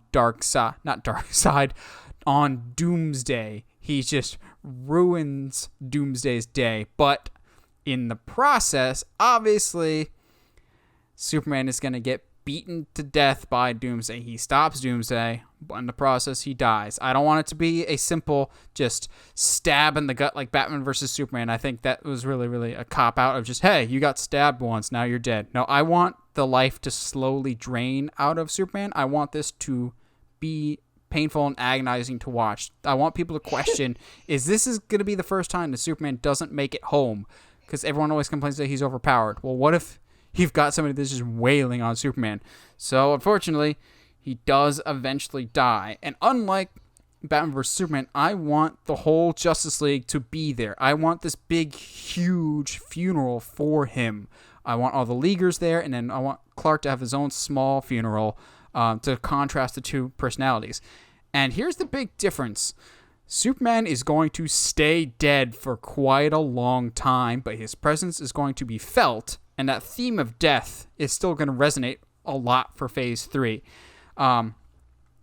Superman's death causes a rift not just in our planet, but in the entire universe, as we'll see in our next movie, Lantern Wars. Yeah. Which is basically all the different lantern colors are at war against each other, trying to assert dominance in the universe, as it's basically a free-for-all now after the death of Superman. Like, it's like cops working overtime with Green Lanterns, basically. So you can have all of them, like maybe yellow and reds teaming up before they turn on each other. We get the introductions of the blue lanterns, which are obviously the best. Okay. Have some of the orange lanterns, the violet lanterns. Yeah, I want all the Lanterns Corps to be introduced so we can have them and use them later. And I think the death of Superman will obviously catapult that as the universe is going, oh, everything's up for grabs now as the strongest man in the universe is now gone. But before Lantern Wars ends, we have an end tease for the arrival of the Black Lanterns, the only Lantern Corps that wasn't involved in this fight. We're going to save them for a later date. Back home on Earth, Batman is coping with death in a big way. Not just with Jason, who we lost in the last Batman movie and our Death in the Family movie, but now he's mourning the loss of his friend Superman. And because it's Batman, he's supremely in denial about death. He doesn't think Superman's dead. He doesn't believe Jason's dead. And he has good reason to, because this movie, Batman Nightmare, obviously with a K, because why not, is our adaptation of the Under the Red Hood storyline. So Batman's greatest failure in Jason has come back to life now to just ruin his day. And now he's emotionally weakened because he's just lost Jason and lost Superman. So he's not emotionally prepared to deal with this. So I think that just makes it so much worse. And speaking of emotionally unprepared, we've got Aquaman, Sea of Fire, in which case, yeah, I know, right? I like that. Yeah, you're going to like this more. We're going to kill Mera. Yeah, finally! Yeah, we're going to kill Mera. That's terrible.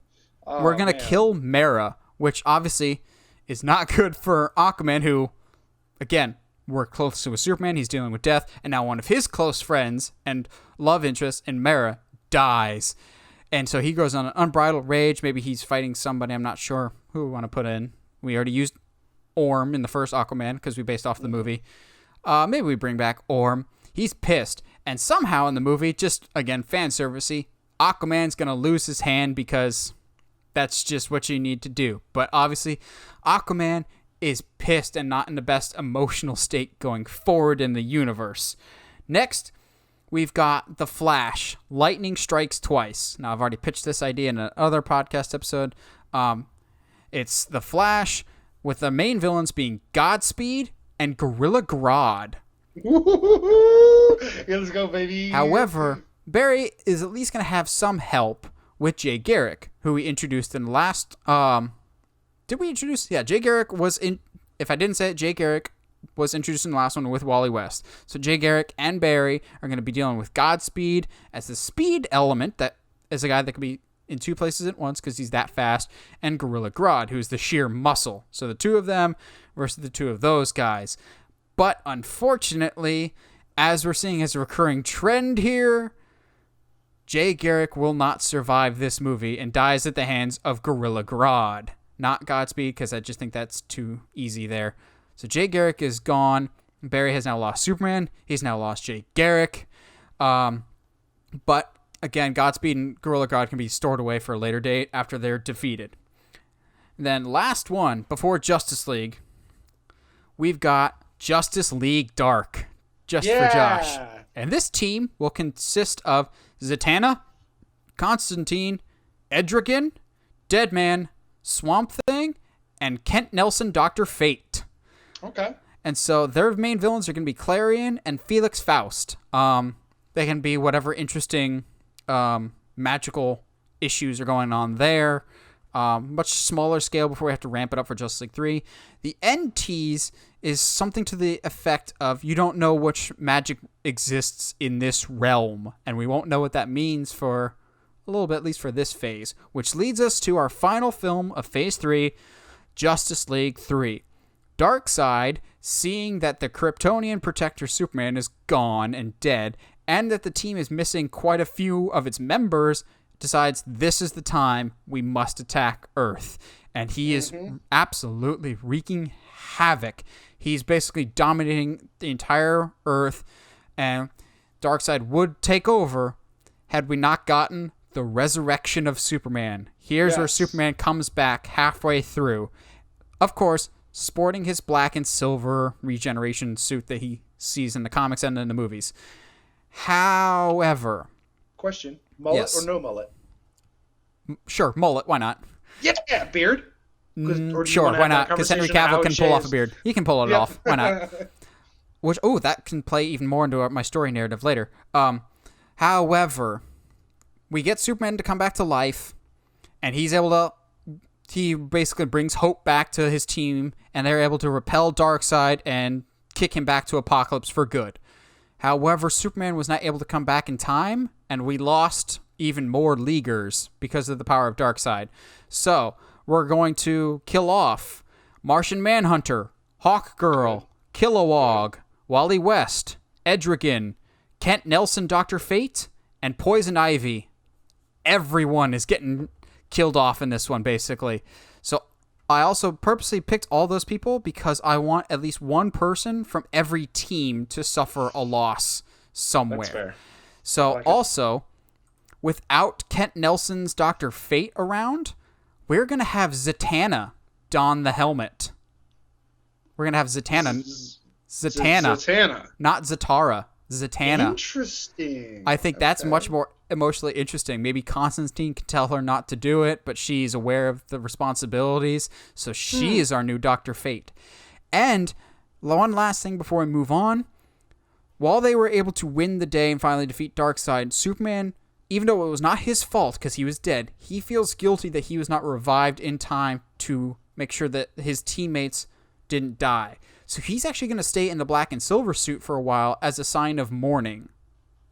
I think that would be an interesting emotional place to put him in. So that's the end of Phase 3. So we're going to ramp things up for our final phase here, Phase 4. And like I did with the beginning of Phase 3, I need a cool down movie because we've had this big, huge epic with a lot of stakes and a lot of dead people. We need a cool down movie. So we're going with Arrow and Canary. In which case, Green Arrow and Black Canary get stuck in Belle Rev prison with a whole bunch of people and other prisoners and inmates, basically lower level criminals that maybe they've put away, so we can have a whole bunch of fun cameos of lesser known villains all trying to get basically Green Arrow and Black Canary. It'll be very much like The Raid for DC, basically. A much more contained, focused, straightforward story, basically. So once they have escaped, we get an end credits with Amanda Waller recruiting some of the inmates for reduced prison sentences, which will lead us to the Suicide Squad. I wanted to have it, but it had to make sense. So, like we said in Arrow and Canary, Amanda Waller will be recruiting certain inmates from Belle Rev prison to basically say, hey, we lost a whole bunch of Justice Leaguers last time Darkseid was here, and we lost a whole bunch of people before that. The world needs heroes, and you're the best we can do right now. So I need you to go on this special mission. And these people are Harley Quinn, who after the death of Poison Ivy really has felt aimless. So she's like, sure, I'll do this. Maybe I can die. Then I can join Harley. Maybe I can join Poison Ivy then. So we got Harley Quinn, King Shark, because of course, Killer Frost, Polka Dot Man, Captain Boomerang, Calendar Man, and Deadshot. So I don't know what their suicide mission would be, but I think Suicide Squad now especially of, okay, we literally have lost a whole bunch of our heroes. You're the best we can do right now. I think logically that makes sense. Next up, we've got Shazam, Return of Black Adam. So obviously, as the title suggests, Black Adam is here and he's pissed. But so is Shazam, who, more so than anybody else in the Justice League, was hit hardest by the death of Superman, who he saw basically as his father figure because he doesn't really have a dad. So he was kind of looking up to him like no one was before. So that's more or less our Shazam sequel. Then we've got Titans, Hell's Fury, which, if the title... Trigon. Yep, Trigon. And as is a trend right now for phases 3 and 4. The team is in mourning. They're mourning the loss of Wally West, who died in Justice League 3. But thankfully, the team has grown in its ranks. They've added Raven, Starfire, and Aqualad to the team, so it's a little bit bigger. Also, we're going full Young Justice. Got it. Okay, heard. They've both been on Teen Titans, but they're also Titans, not Teen Titans anymore. Sure. With Trigon is our main villain, who obviously by the end of the movie they defeat Trigon, but Trigon warns of other demonic threats incoming, and he's not the biggest thing to fear in the universe. With Raven seeing a vision of a black ring, which leads us to our next movie. Oh, no way! Okay. Which leads us to our next movie, Blackest Night. And here's where I make Josh. Here's where I make Josh really, really happy, because I think I may have actually made some tweaks to the comic that I think Josh will like even more.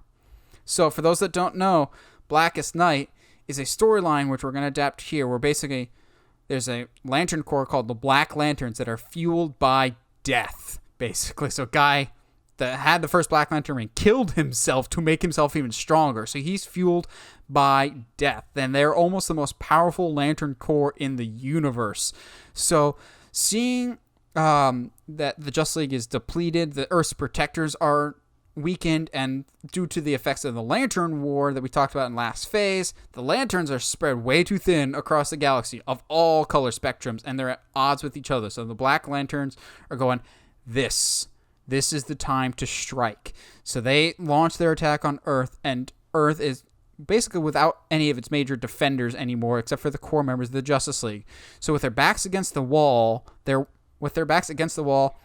Justice League has to form emergency power rings, just like they do in the comic, which in worst case scenario, one ring of every color spectrum can go to somebody. And here's where we're going to deviate from the comic, and I'm actually amazed they didn't do this in the actual comic, because it just makes so much sense. Each ring goes to a different Justice Leaguer. The yellow ring of fear goes to Batman. The red ring of rage goes to Aquaman, who, remember, is still filled with rage over the death of Mera. The indigo ring of compassion goes to Wonder Woman. The violet ring of love goes to Flash for his compassion and love for Iris back home.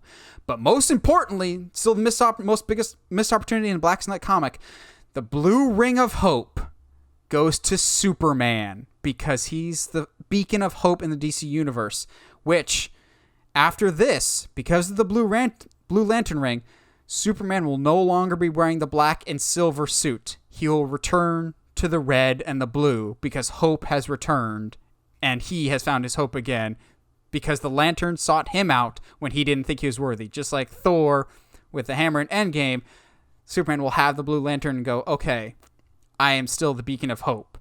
So they are able to repel the Black Lanterns for a little bit with all their combined powers that they now have with the Lantern Ring. They think they have the offensive, but no, it's still not enough. They have one last play up their sleeve. If you combine all the colors, you create a White Lantern. Now, Josh, I don't have anybody specifically wielding the White Lantern, so if you really, really want, I'll let it be Kyle, just for you. Yeah. So what the White Lantern ring can do is bring people back from the dead. So now you know why we've killed so many people in Phase 3 and Phase 4. Because when all hope seems lost, we can have Kyle, our wielder of the White Lantern, go, I command you all, live. So we get back On your left. Jay Garrick, Kilowog, Wally West, Mera, everyone that has died in the entire universe. Heroes, villains, they all return to aid the heroes once again. We bring everybody back to life for good. And with that combined effort, they're able to defeat the Black Lanterns. And this is just my Civil War event, not my Infinity War event. I'm just going, this Blackest Night is a big deal. And I think this could be a really, really awesome story if told correctly. So, yeah, we get the main Justice Leaguers to wield power rings. We bring everybody back from the dead that we spent so much time reinforcing that death matters here. We get Superman back to the way he was. So, more or less stable, or so we think. We've got one more big event to get through. But, like I said, after a big event, I like a cool down. And since we're kind of closing out our narrative here, I kind of want to do one last, like kind of like a farewell tour for some of our iconic characters, which is why I'm going with DC's Trinity, a movie about Batman, Superman, and Wonder Woman doing a mission together, basically, because this is the last real big time that they'll have one together, and you'll see why. But I'll have our villains be Bizarro, Maxwell Lord, and Bane. So basically, or we can throw some other side characters in there too. I just want the three of them because they're the most prominent, and I want them to basically have one big story by themselves before we kind of move on to our goodbye / start to an even bigger story. So at the end, a stranger comes to them in the Justice League Watchtower, warning them of a coming threat to the multiverse. And that's where we cut Trinity. And our last standalone movie, it's been long enough, we're finally going to bring him in, the Justice Society of America. Now, for those that don't know, that's like the OG Justice League. And that will include Jay Garrick, with a little bit of a twist, but I can't say what it is yet. Jay Garrick, Alan Scott Green Lantern, Atom Smasher, Hawkman, Power Girl, and Stargirl. So basically, these are like the old school Justice Leaguers before there even was a Justice League. So our main villain will be Vandal Savage, who is an immortal that's lived for thousands of years and is always set on world domination. Towards the end of the movie, Jay will be running in the Speed Force, and he'll see Barry Allen Flash, but he doesn't recognize this Flash, and this Flash will tell him that the multiverse needs saving. But our biggest plot twist is this movie is not set in the past or a prequel. It was secretly an Elseworld story this entire time. We've set up the multiverse now as at the end, our Justice League, our Trinity that we saw in the last movie, will come to them saying, "We need your help." As our final movie is Crisis on Infinite Earths. Nice. And that Justice Society we think is a flashback, but no, the reason Jay Garrick might be a little bit different is he's not the Jay Garrick we know. So Crisis on Infinite Earths is every DC project that has ever been existing or will ever come out is all under one big banner, one big multiverse. So everyone is fair game to come back for this movie.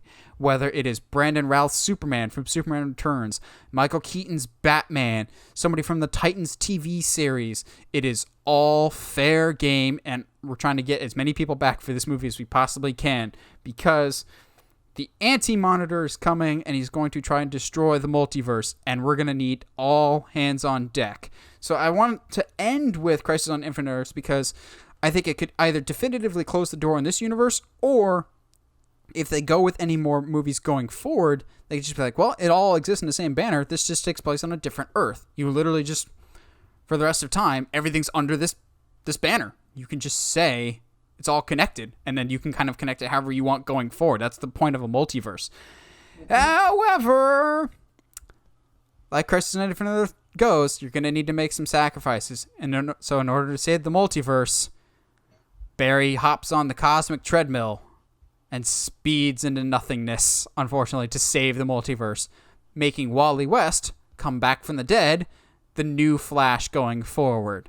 Maybe his mission is to bring back Barry Allen from the Speed Force, or like a search for Spock and find out what happened to Barry. So yeah, going forward, basically, you can either cut this off now and reboot your universe, or you can just say everything that has happened or everything that will happen is all connected, just very, very loosely in a vast multiverse, so to speak, making every DC project that's ever happened canon to some extent, basically. So yeah, when I said it had a definitive ending, kind of, that is. This could either be the ending or the start of something really, really big. All right. Well, dang, man. We got two separate, bookings. I think both are pretty solid. I obviously the fan service is a little stronger in yours. We expect nothing less, Josh. Yeah, I don't expect nothing less at all. I'm always down for a Blackest Night, and I think that's why I didn't lean into it, because I knew that it was too obvious for Josh. A little bit. Just a little bit. But, well, what do you guys think? What are some... If you were in charge of DC, how would you make the DC universe? Let us know. Always like hearing from you guys. Well, if you like what you hear and you want to hear more, subscribe to us on whatever audio platform you're listening to us on, whether it's iTunes, Spotify, Google Podcasts, or YouTube. And if you haven't already, subscribe to us on YouTube. Again, we're only 25 subscribers away on YouTube, so help us get to 500 because you're amazing. And as always, stay sharp, movie guys and gals.